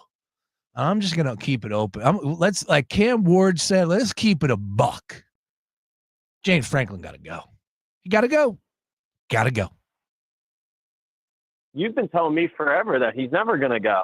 You said that as long as he does his little 10-2, he'll be there forever. You're just switching up your tone on that now? Whoa. It's not a matter of like, am I saying that this is going to happen? But Penn, it should. Exactly. Penn State, they need to realize that he is not the guy. He is the guy before the guy, I think is the correct way to put it. And he has been there and he's built a hell of a program and he's a great recruiter, but there's just something missing with James Franklin. And look, Drew Aller, I've never bought into, and I think you saw more of that. Did he play better at the end? Sure. But I'm not a Drew Aller guy. But enough of the excuses. He's built up a great program, but it's never going to be better than Ohio State. It's never going to be better than Michigan. It's never going to be better than Oregon. It's not going to be Georgia or Alabama in a national championship game. I just feel like he's going to continue to fall short. So Penn State, it would be in their best interest to start looking around and saying, James, thank you, but it's just time for a fresh approach. And there's no harm in that. Would you consider that kind of like an Andy Reid with the Eagles situation where it's just like, and then look what happened. Doug Peterson. Doug Peterson of all people won a Super Bowl. Doug freaking Peterson. If Penn State comes open, do you think that's automatically the number one job out there? Because I think with funding, with the conference, and then with the patience as well that they've shown James Franklin, I feel like that has to be a super attractive job, not just for anyone, but for like some of these potential top coaches, whether it's an SEC coach or another Big Ten coach, to kind of make that move and leave their already really good program to a Penn State. No doubt. In my mind, boys, I look at what Penn State is college football, right? Like, don't confuse anything. They got some other sports up there. They're doing great. Wrestling, hockey, women's volleyball. But we were just there. It's in the middle of nowhere. It is a college town, true. And all eyes are on the football team. Yes, that is an unbelievable opportunity. One of the best in the country, bar none, if it does pop open. And I think it should, if he doesn't get to the promised land this year, which is still a possibility. But you're like looking through the top 25, like Kirby's not leaving Georgia. DeBoer wouldn't leave Alabama. Sark's not leaving Texas. Freeman's not leaving Notre Dame. Where else do you want to go? Ryan Day's not leaving Ohio State. Cristobal's not leaving Miami. Elko's not leaving A&M. Like, who are you really getting? Maybe like Dillingham from Arizona State would want to go. Signetti within the conference? Yes. Would he want to do that? Yes. Brian Kelly, does he go back up No. Don't do that. Go get Sigs, man. All he does is win. Google him. You think?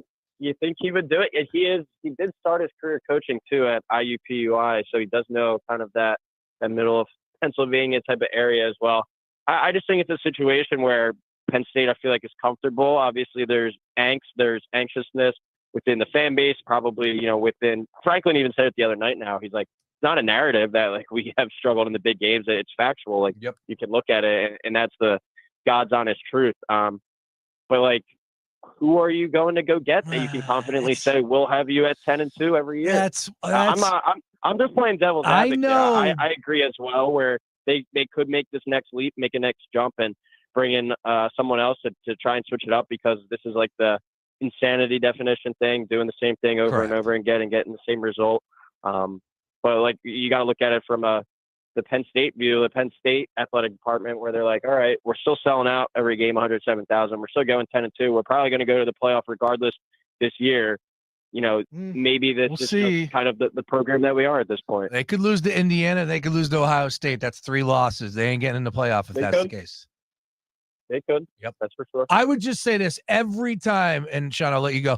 Every time there is a coach that has been at one location for a number of years, 5, 6, 8 years, extended period, the same talking points are recycled.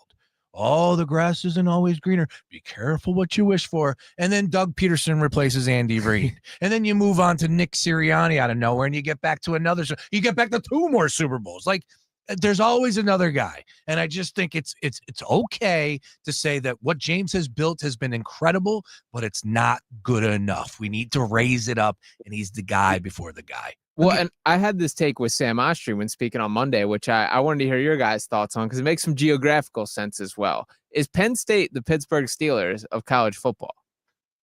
They just win exactly the games they're supposed to. They're never a legitimate threat, and their coach has been there forever, sort of in the same kind of loop here. Sure. I think that's the take for me. Yeah, I don't argue it. Don't hate it.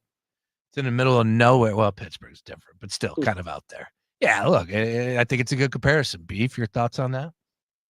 Yeah, I could see for sure. I just think it's so much harder to compare NFL to college just because it's 10-2 to 9-8 pretty much. It's like there's so many more games in the NFL on that side of the ball. But I definitely see what you're saying. Just kind of, I feel like the Steelers are more kind of stuck in like mediocrity than like Penn State's still not elite, but still like very good and up there at least where you're like, okay, maybe they actually have a shot. I never really view the Steelers kind of as that legit contender. We got Ryan Beef Coyle talking some college football. Do want to update the Cubbies and Padres. It's now 3-1 Cubs as they just scored on a sac fly in the bottom of the 8th inning. 3-1 Cubbies taking on the Padres. We'll keep you up to date what's happening there. Sox and Yankees coming up here at 6:08 first pitch. Love the Yankees. Let's keep it moving. Sticking with some college ball beef. Georgia and Alabama, 24-21 final score. Bama beats Georgia in Athens. Kirby Smart can't find a way to beat Alabama. That's another factual stat there. Your big takeaway from that game was what, though? Open-ended here.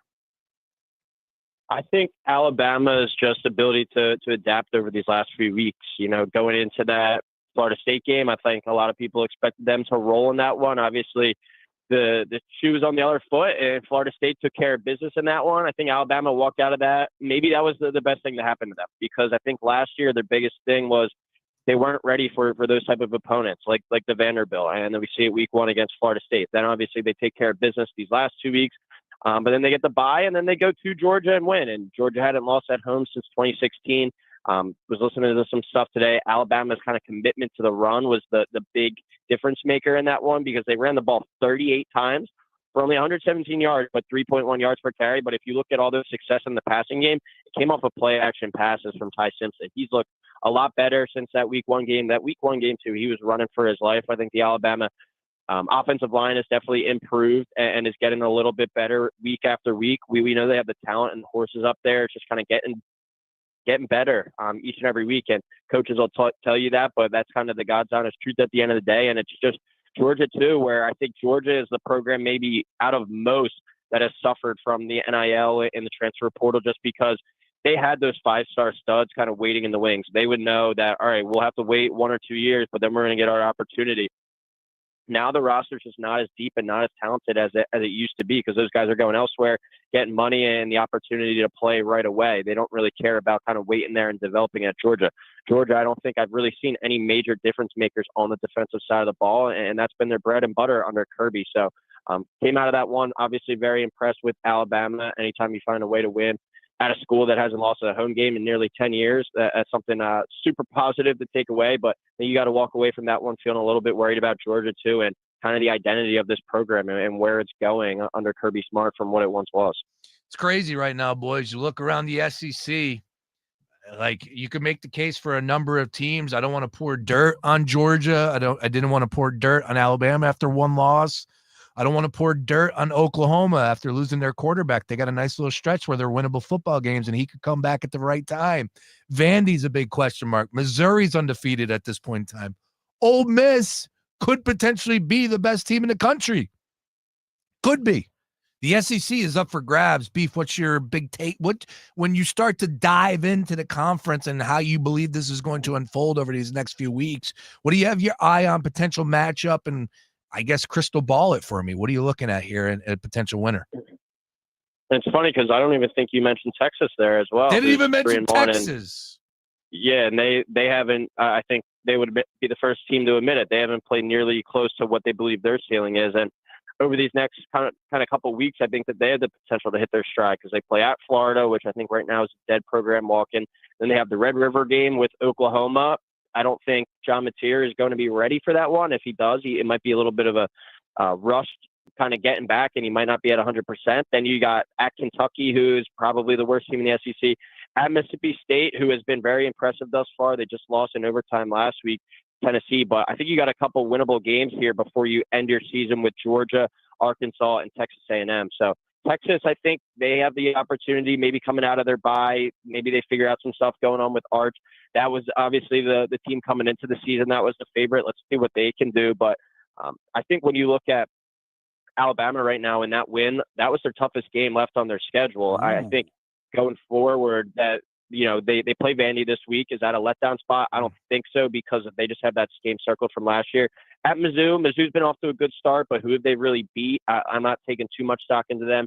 They got Tennessee at home this year. They have some very, I think more of their tougher games are at home. And I think anytime you go to Georgia, that's as impressive as a win as you can get. So I'm definitely buying more stock in Alabama right now. But like you said, Brace, it's wide open. I think sitting here today on, what is it, September 30th, we're already a month into the season. It hurts to even say that out loud, but you could still make a legitimate argument here for 5 to 6 teams to win the SEC, which is pretty awesome how open it is. It's going to be a fun ride down the stretch. Not buying the letdown spot, he says, Sean Barnard. 10.5. One too many points for you?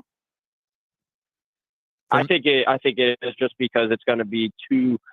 That game is too circled, I think, on the calendar. Like that one's highlighted in ink, Sharpie, whatever you want to say. I don't think they're going to let Vanderbilt come in there again. If they do, Diego Pavia, we got to kind of go in and study his genetics or whatever witchcraft spells he has up his sleeve to be able to beat Alabama twice. But I think that one is a major point of emphasis, and they're going to be ready for that one and not let Vanderbilt sneak up on them again. 10.5. I think I'm buying. I'm taking the cheese, boys. I'm taking Vandy. I'm all Vandied up. I'm with you. Diego Pavia's that guy. Diego Pavia. Let's go. That one kind of reminds me of it kind of is reminding me right now of that Indiana-Illinois spread where I feel like everyone's going to be like, oh, that's way too many. Yep. We're going to take the dog. And 62-13. The home team takes care of business in that one.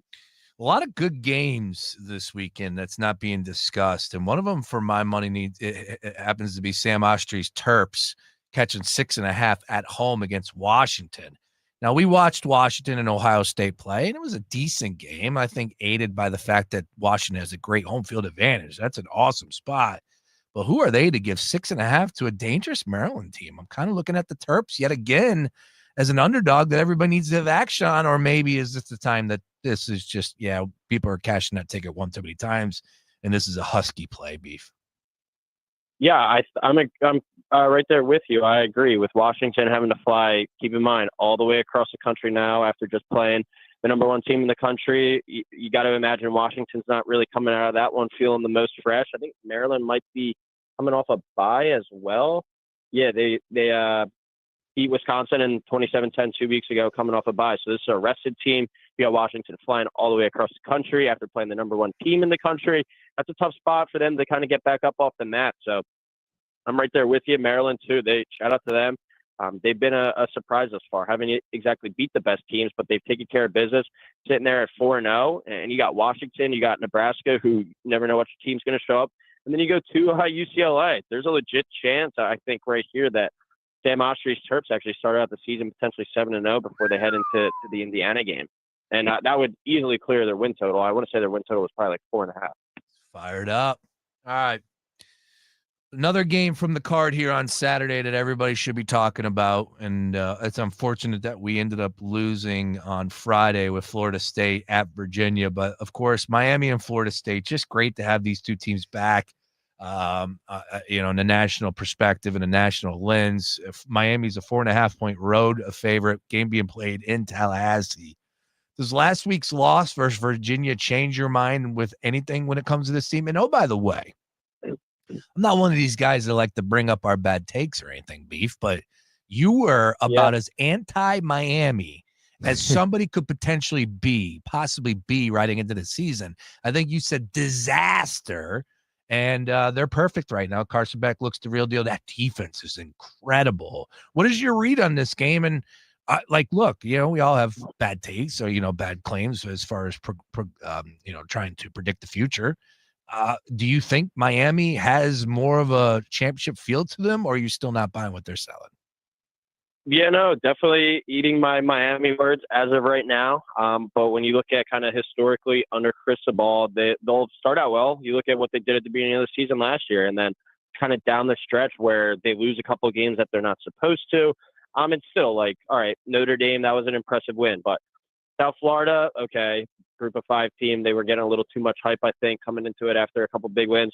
Florida, they've looked absolutely terrible. And you can also contribute that's a Miami success. But, this is probably the game that'll tell me the most about them, especially with, I'm not going to say a desperate Florida State team, but Florida State team that if they want to win the ACC or they want to compete for at least that berth in the ACC title game, this is a must-win game for them. So after coming off that Virginia loss, which was a clear look-ahead spot for them, when Miami is coming to town this week, it's a huge opportunity for Florida State to get back up off the map. But you said it too, Brace. The Miami defenses look great. Ruben Bain has been arguably, if not the best defensive player in all of college football thus far.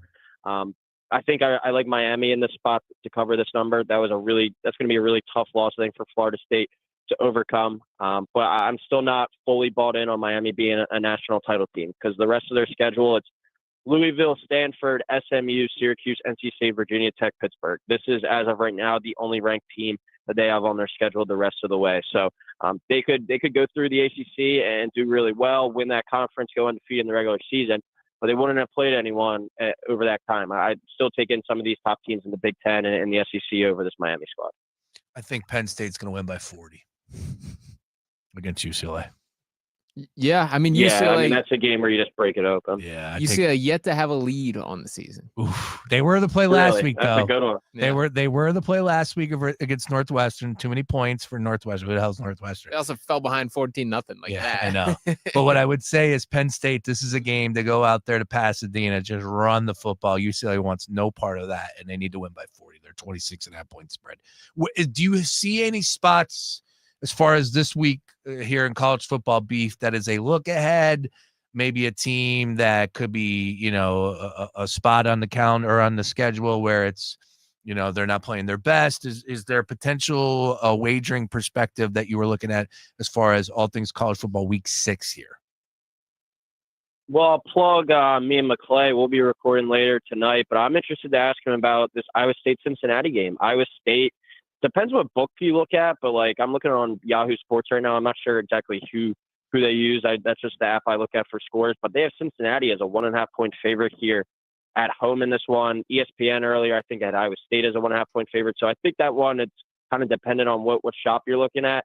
But I just don't understand why Iowa State would be a dog in this situation at all. Cincinnati 3-1, they're coming off a nice win over Kansas last week, but they own wins over Bowling Green and Northwestern State. They haven't really done much to impress me. I don't really think it's that great of a Cincinnati team. So don't think Iowa State's really down anybody right now with injuries, but that's one that has been popping off the page to me, no doubt about it.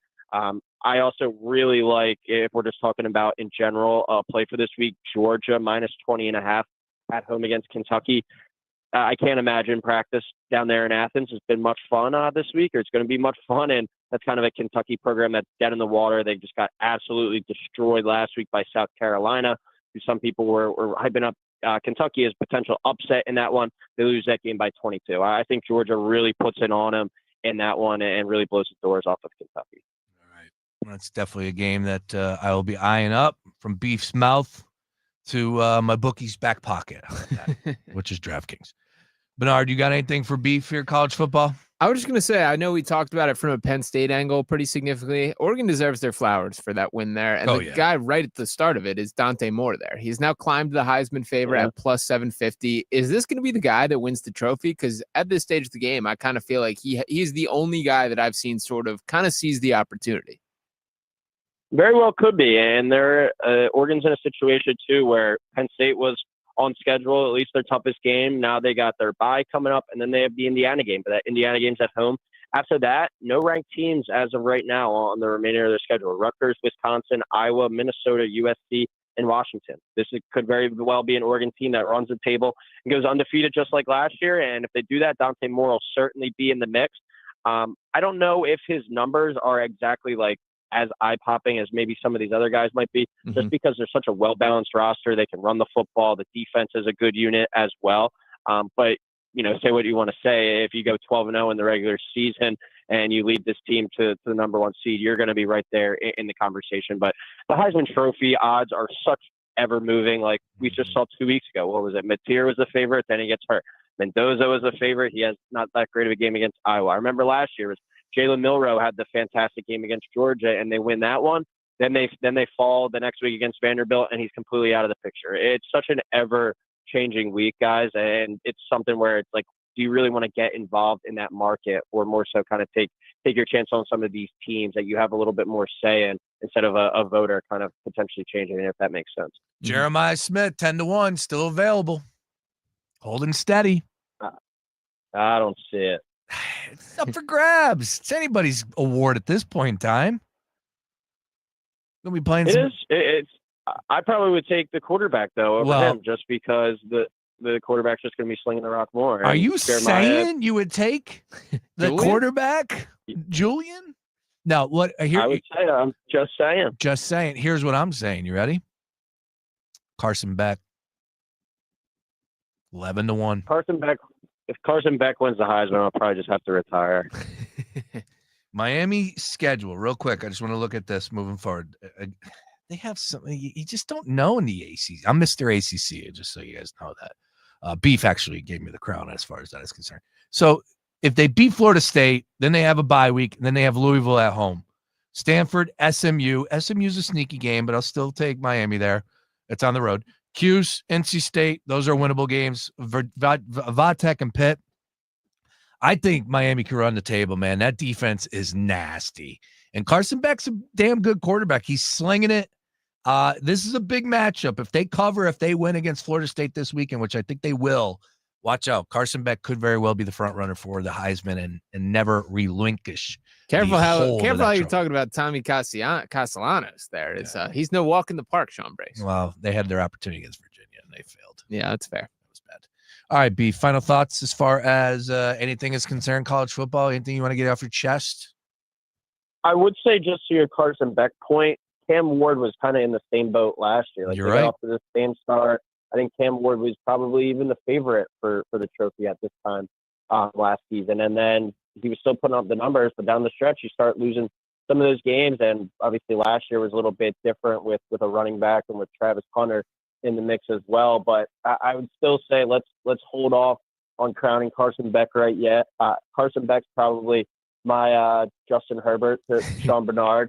I'm not gonna give this guy his praise yet until he figures it out down the stretch. Let's see him kind of go and prove it before I fully eat my words. But he has had to credit to him, a good start to the year, and the defense definitely has been better than last year as well. I wish they had this defense last year with Cam Ward, because that was my national title team, and they struggled down the stretch with that defense. It just caught up to them. Who do you have as far as last year's Boise State? Who's going to be representing the G6 in the playoffs? I mean, as of today, you probably go with Tulane. They have 2 wins over power conference teams, but then they got blown out absolutely by Ole Miss a couple weeks ago. But Ole Miss is looking pretty damn good themselves. Navy's going to have a chance to run the table. Memphis. I really like Toledo coming into this year. Yeah, Memphis will have a chance. You're probably looking at a school from the American this year, I would say. But Boise State, let's not completely bury them yet. They have Notre Dame this week. If they find a way to win that game, they're right back in that conversation. But that's a I think that's almost a 3-touchdown spread at this point. Yeah, it's a big ask. And, man, they looked really bad in that first game. What was that, UCF or USF, one or the other? USF. Yeah, that was a bad game by Boise. All right, Beef. Great stuff, man. Look forward to talking all things college football. Look forward to hearing you and McClay. McClay, the hottest handicapper in the country, bar none, Nick bleeping McClay. He's got the receipts. No doubt about it. There's nobody hotter than McClay right now. Nobody. Ask the ladies. They'll tell you. Yeah. All right. We'll give my best to McClay. You can hype him up a little. You can hype him up, Beef. I mean, he's on your show. Like, you guys are together. You guys are a tandem. Hype him up. Yeah, well, he's downstairs right now. He's been laying in bed watching baseball, claiming he's working all day. So it's good to be king. Football is king. That'll be on your airwaves tomorrow. Nobody better. You're the best, Beef. Enjoy the rest of your day. We'll catch up, sir. Talk to you. My man, there he is. Once again, Ryan Beef Coyle on the Gambler Hotline. Hey, coming up at 6 o'clock, we got the Mark Ferrante Coaches Show. We want to talk about hot. Villanova found a way to win a game on Saturday versus William and Mary Chaminade. A really good game.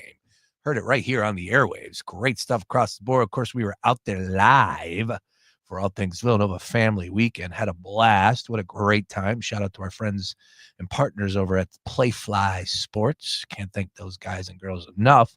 But all in all, man, Mark Ferrante bounced back in a big way. That kid, David Abbott, just hand the ball off to him, Sean. That's all I was telling Coach. He's a stud. I told Coach pregame, I said, just, Coach, build off of what you had. Hand it to the young stud and allow him to work. And he has done that and then some. So we'll see what happens. I think they got New Hampshire, right?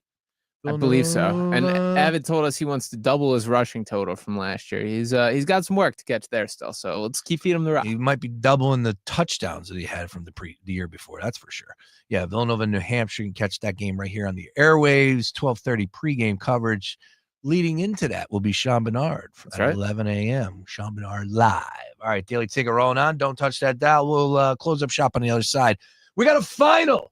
I'll tell you what it was in all things Major League Baseball playoffs. We'll also take a look at the Yanks and Sox coming up at 6:08. More Daily Ticket after this. Drivers who switch and save with Progressive could save hundreds. With that kind of money, you could go big time. The next time you're out to dinner with friends, you can order the shrimp cocktail for the table. And maybe you'll realize it only comes with 4 shrimp after you've already given away 3, but that one shrimp will be so good. And if you switch and save hundreds, you could get shrimp all the time. Switch to Progressive and you could save big time.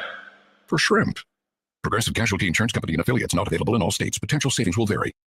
At the American Lung Association, we're fighting for a day when we can all breathe easier. We're fighting for clear skies over every city and healthy lungs throughout the country.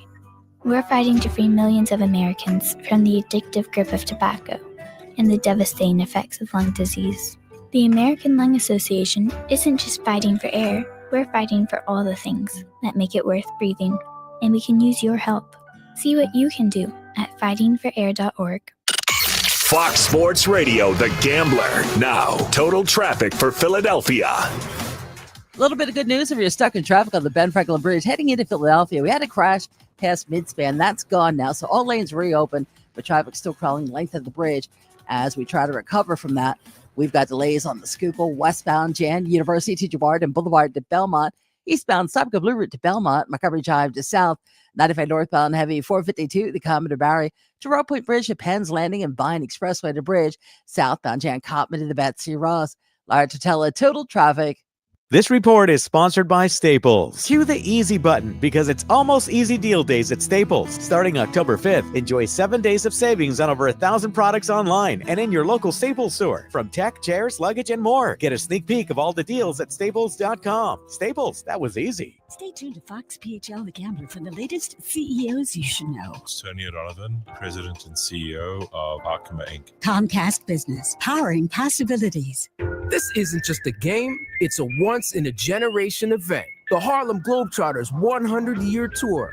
Celebrate 100 years of high-flying dunks, 100 years of show-stopping moves, and 100 years of changing the game. Bring the whole family and be part of the legacy. This game is once in a century.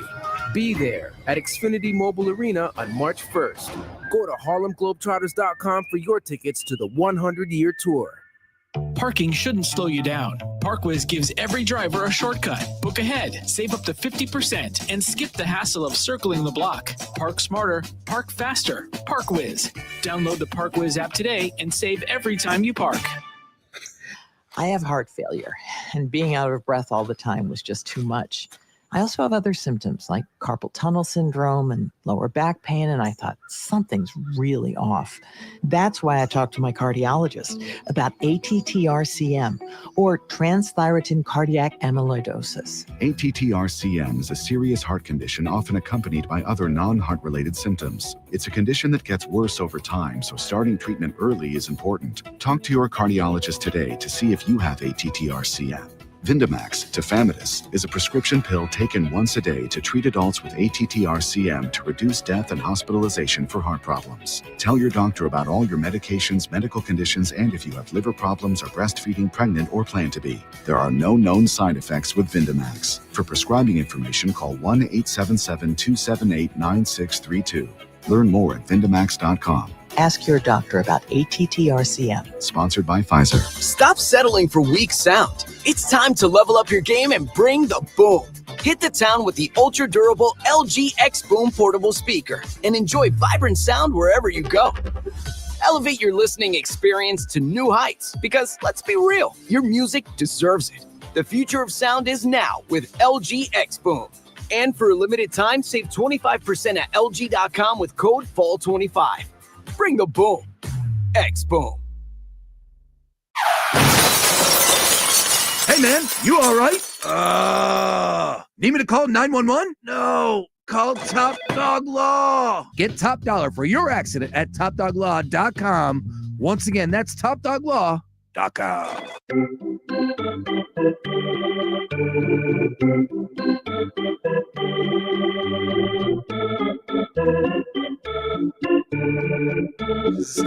I'm trying to name the top 5 WNBA players right now in the league, Deshaun Barnard. I'm failing, miraculously failing. Yeah, look, I won't lie to you. Like, I didn't catch the W bug, let's put it that way. And I watched, I think I did, believe it or not, I used to watch a lot more before Caitlin Clark. I hate to be one of those guys.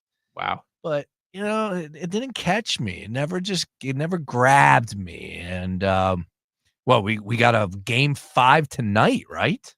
Yeah, I believe so. And that's sort of what started this conversation was some interesting quotes from Nafisha Collier, who I believe has some valid points to stand on here for her criticisms of the WNBA commissioner right there. I think this is going to become a bigger deal. Like, this is going to be a full-scale thing. The most pointed and direct criticism I think I can really remember seeing of an active player at a commissioner. And again, I do think she's in the right for the entire context of this. So it's going to be interesting to see how big this blows up. I would also say that when you quote the commissioner and they say something like this, that's not good. So, like, you know, I've never really seen somebody quote the commissioner to a one-on-one conversation. I need a little more details, but it's out there in your timeline. We won't bore you too much. The Fever and Aces, though, game 5 in Vegas. And this winner will head to the WNBA finals to take on who? Minnesota Lynx lost. It is Alyssa Thomas's team. The Connecticut? No. Mercury. Phoenix Mercury. There you go. And got there. Mercury minus 115 to win it all. The Aces plus 115 to FIVA plus 1,400 without Caitlin. Yeah, without Caitlin, man. Imagine if they did have Caitlin. That'd have been pretty crazy. Maybe we'll catch a screen tonight. It's going off at 9:30. I actually would pull for the Aces. I was why am I drawing a blank on her name now? Kelsey Plum. Thank you. Yeah. I almost bought a jersey. 2 touchdowns for Darren Waller last night. How about that? Yeah. It came out of nowhere. You know she'd be steaming watching that TV screen. Now, he's not a good dude. I want him to break out the popcorn celebration, though. Ooh. I think that would be a electric move. Yeah, I don't know what's true and what's not, but some of the stuff that I read, it doesn't seem like he's a good dude. Anyways. Your good friend Jared Smith is friends with Darren Waller. Is he? Yeah, he was tweeting about it last night, like posting pictures of them. He was dating, what he said is Darren Waller dated one of his friends. So they kind of were out in, like, you know, the bigger date groups, situations. Yeah. Hey, man, people move on, and Darren Waller's in a new spot. His number is called upon him multiple times. He's always had the ability, the athleticism. It's just I don't think the mental makeup was there, and he wanted to walk away. But he's always been a hell of a player. Drop some banger rap songs too. Oh, God. You're not tapped into those, Brace? No. Oh, worth a listen, I would Kelsey say. Plum, though. I'm a big Plum guy. Yeah, still am to this day. All right, let's go ahead and check out some baseball. What do you say here? We got 2 games coming up. First of all, to put a bow on what took place already, the Detroit Tigers took game 1 against the Guardians off of the back of Tariq Skubal going absolutely nuts. Not Tariq. What is it? It's not Tariq. How you pronounce it? I think it is. Is it? Tariq Skubal. Yeah. All right. I've heard it multiple different ways. I want to make sure. Is it Tariq, as you're saying? Tariq. I've Is it? heard it. I've heard it different ways. I've always said Tariq. Me as well. Anyways, he's a hell of a pitcher. 14 strikeouts and led the charge for the Detroit Tigers 2-1 over the Guardians. So we roll on to game 1 between the Padres and the Chicago Cubs. Cubbies took that one 3-1. Both favorites out to shoot, winning today. We roll on game 1 between the Sox and the Yankees. That's coming up at 6:08 p.m. here. Yankees at home. Max Fried on the mound taking on Garrett Crochet. Minus 137 for the Yanks. Crochet's been incredible this season. If you're not giving the Cy Young back-to-back years to Skubal, Garrett Crochet would have won it. Plus 113, some would say he still has a chance to win. So I think that's a good number if you wanted to take a shot at the Sox. And I know that the history this year, the Sox have had the Yankees number. But I'm going to back the Yankees. I like them in the series. I like them to win today. Max Fried on the mound. 6.5 is your total there. Good luck keeping the ball in that ballpark. But I'll take the Yankees in game 1 here. Where are you at, Sean? Well, the way they do keep it in the ballpark is by Garrett Crochet just mowing down hitters, which is something I do think happens tonight. You can get him for 8+ strikeouts at minus 133, 9+ for plus 144. I even think double digits for plus 250 is worth the swing tonight. I know. I think Crochet is going to have a really nice game. I think he is the ace that the Red Sox need him to be. With that said, I think Fried is excellent as well. I think that the Red Sox are going to struggle to put up runs. I lead towards the Yankees outright in this game, but I do like Crochet strikeouts, and I do like the under. Here, you ready for one for you right here, right now? I'm going to give it to you. I'm going to tell you right now who's hitting a home run here. No, maybe I'm not. Judge? Nothing's really jumping off the page at me.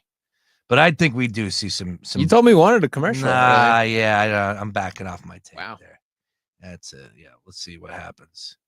And of course, he's not playing in game 1, so that kind of takes it a little bit there. That'll do it. Yeah, I'll change it. You like Jazz? Nah, he's not playing. Yeah. So he's sitting versus the lefty, and it makes sense.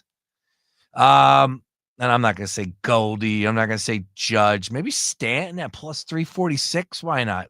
Hang one to Giancarlo Stanton, and he hits one to a different borough. Give me Giancarlo, because like I said, they're going to win by bombs. Give me the Yanks. Maybe Grisham too as well. Plus 710. Take a little flyer on some home runs. Crochet gets lumped up. Why not? Let's see it. All right, to the nightcap, we get the Dodgers and the Reds. Any potential here for an upset in your mind? I do think so. Hunter Green's good. Hunter Green's the real deal, man. He throws gas on the mound, and that's another one where I'm targeting the strikeouts once again. He threw 132 on the year while being limited for injuries. You can get 7+ strikeouts for minus 102, 8+ for 181. This is another guy I can see very easily going double digits. He throws incredibly hard. That also leaves the door open for home runs. I think if the Reds are going to get one, it's going to be tonight. So take that for what you will. I'm certainly rooting for this to be a long, extended series in which each of these teams have to use as many pitchers as possible. I'm taking the swing on the Reds to get a game 1 victory. I dig it. All right. Well, good luck on those plays. Looking forward to watching some playoff baseball tonight as we are wetting our whistle up until the Phillies get started on Saturday. And I would love to see a Saturday game at 1 o'clock. I don't think that's going to be the case. It's going to be a nighttime game, but we'll see what happens. If it's the Reds, it could potentially be an afternoon game. If it's the Dodgers, they're going to bump that to prime time. It should be prime time. I want it to be prime time. I got to get up early in the morning. So if you could do it at 1 o'clock, I really like that. I'll be here if that's the case. So I'm personally rooting to watch it at home at a night game personally. All right, fun stuff here. Any final thoughts before we get out of here? Yeah, I think I'm pretty locked in right now. Let's go Reds. I do think the takeaway for that series is root for a lot of pitchers, root for this to be an extended series. The Phillies awaiting the winner of that. So that is how I'm going to be taking in tonight's game. I'm tapped in. Playoff baseball is worth tuning in for. All right, back tomorrow, brand new Daily Ticket. Sean, always a pleasure. Follow you on socials, DK Network, all of the above. Coming up next, Mark Ferrante Coaches Show. Live from Chickies and Pete's. Don't touch that dial. Keep it locked right here. As always, stream us on the iHeartRadio app and make us a preset. I'll talk to you. Time now for your Tuesday BetMGM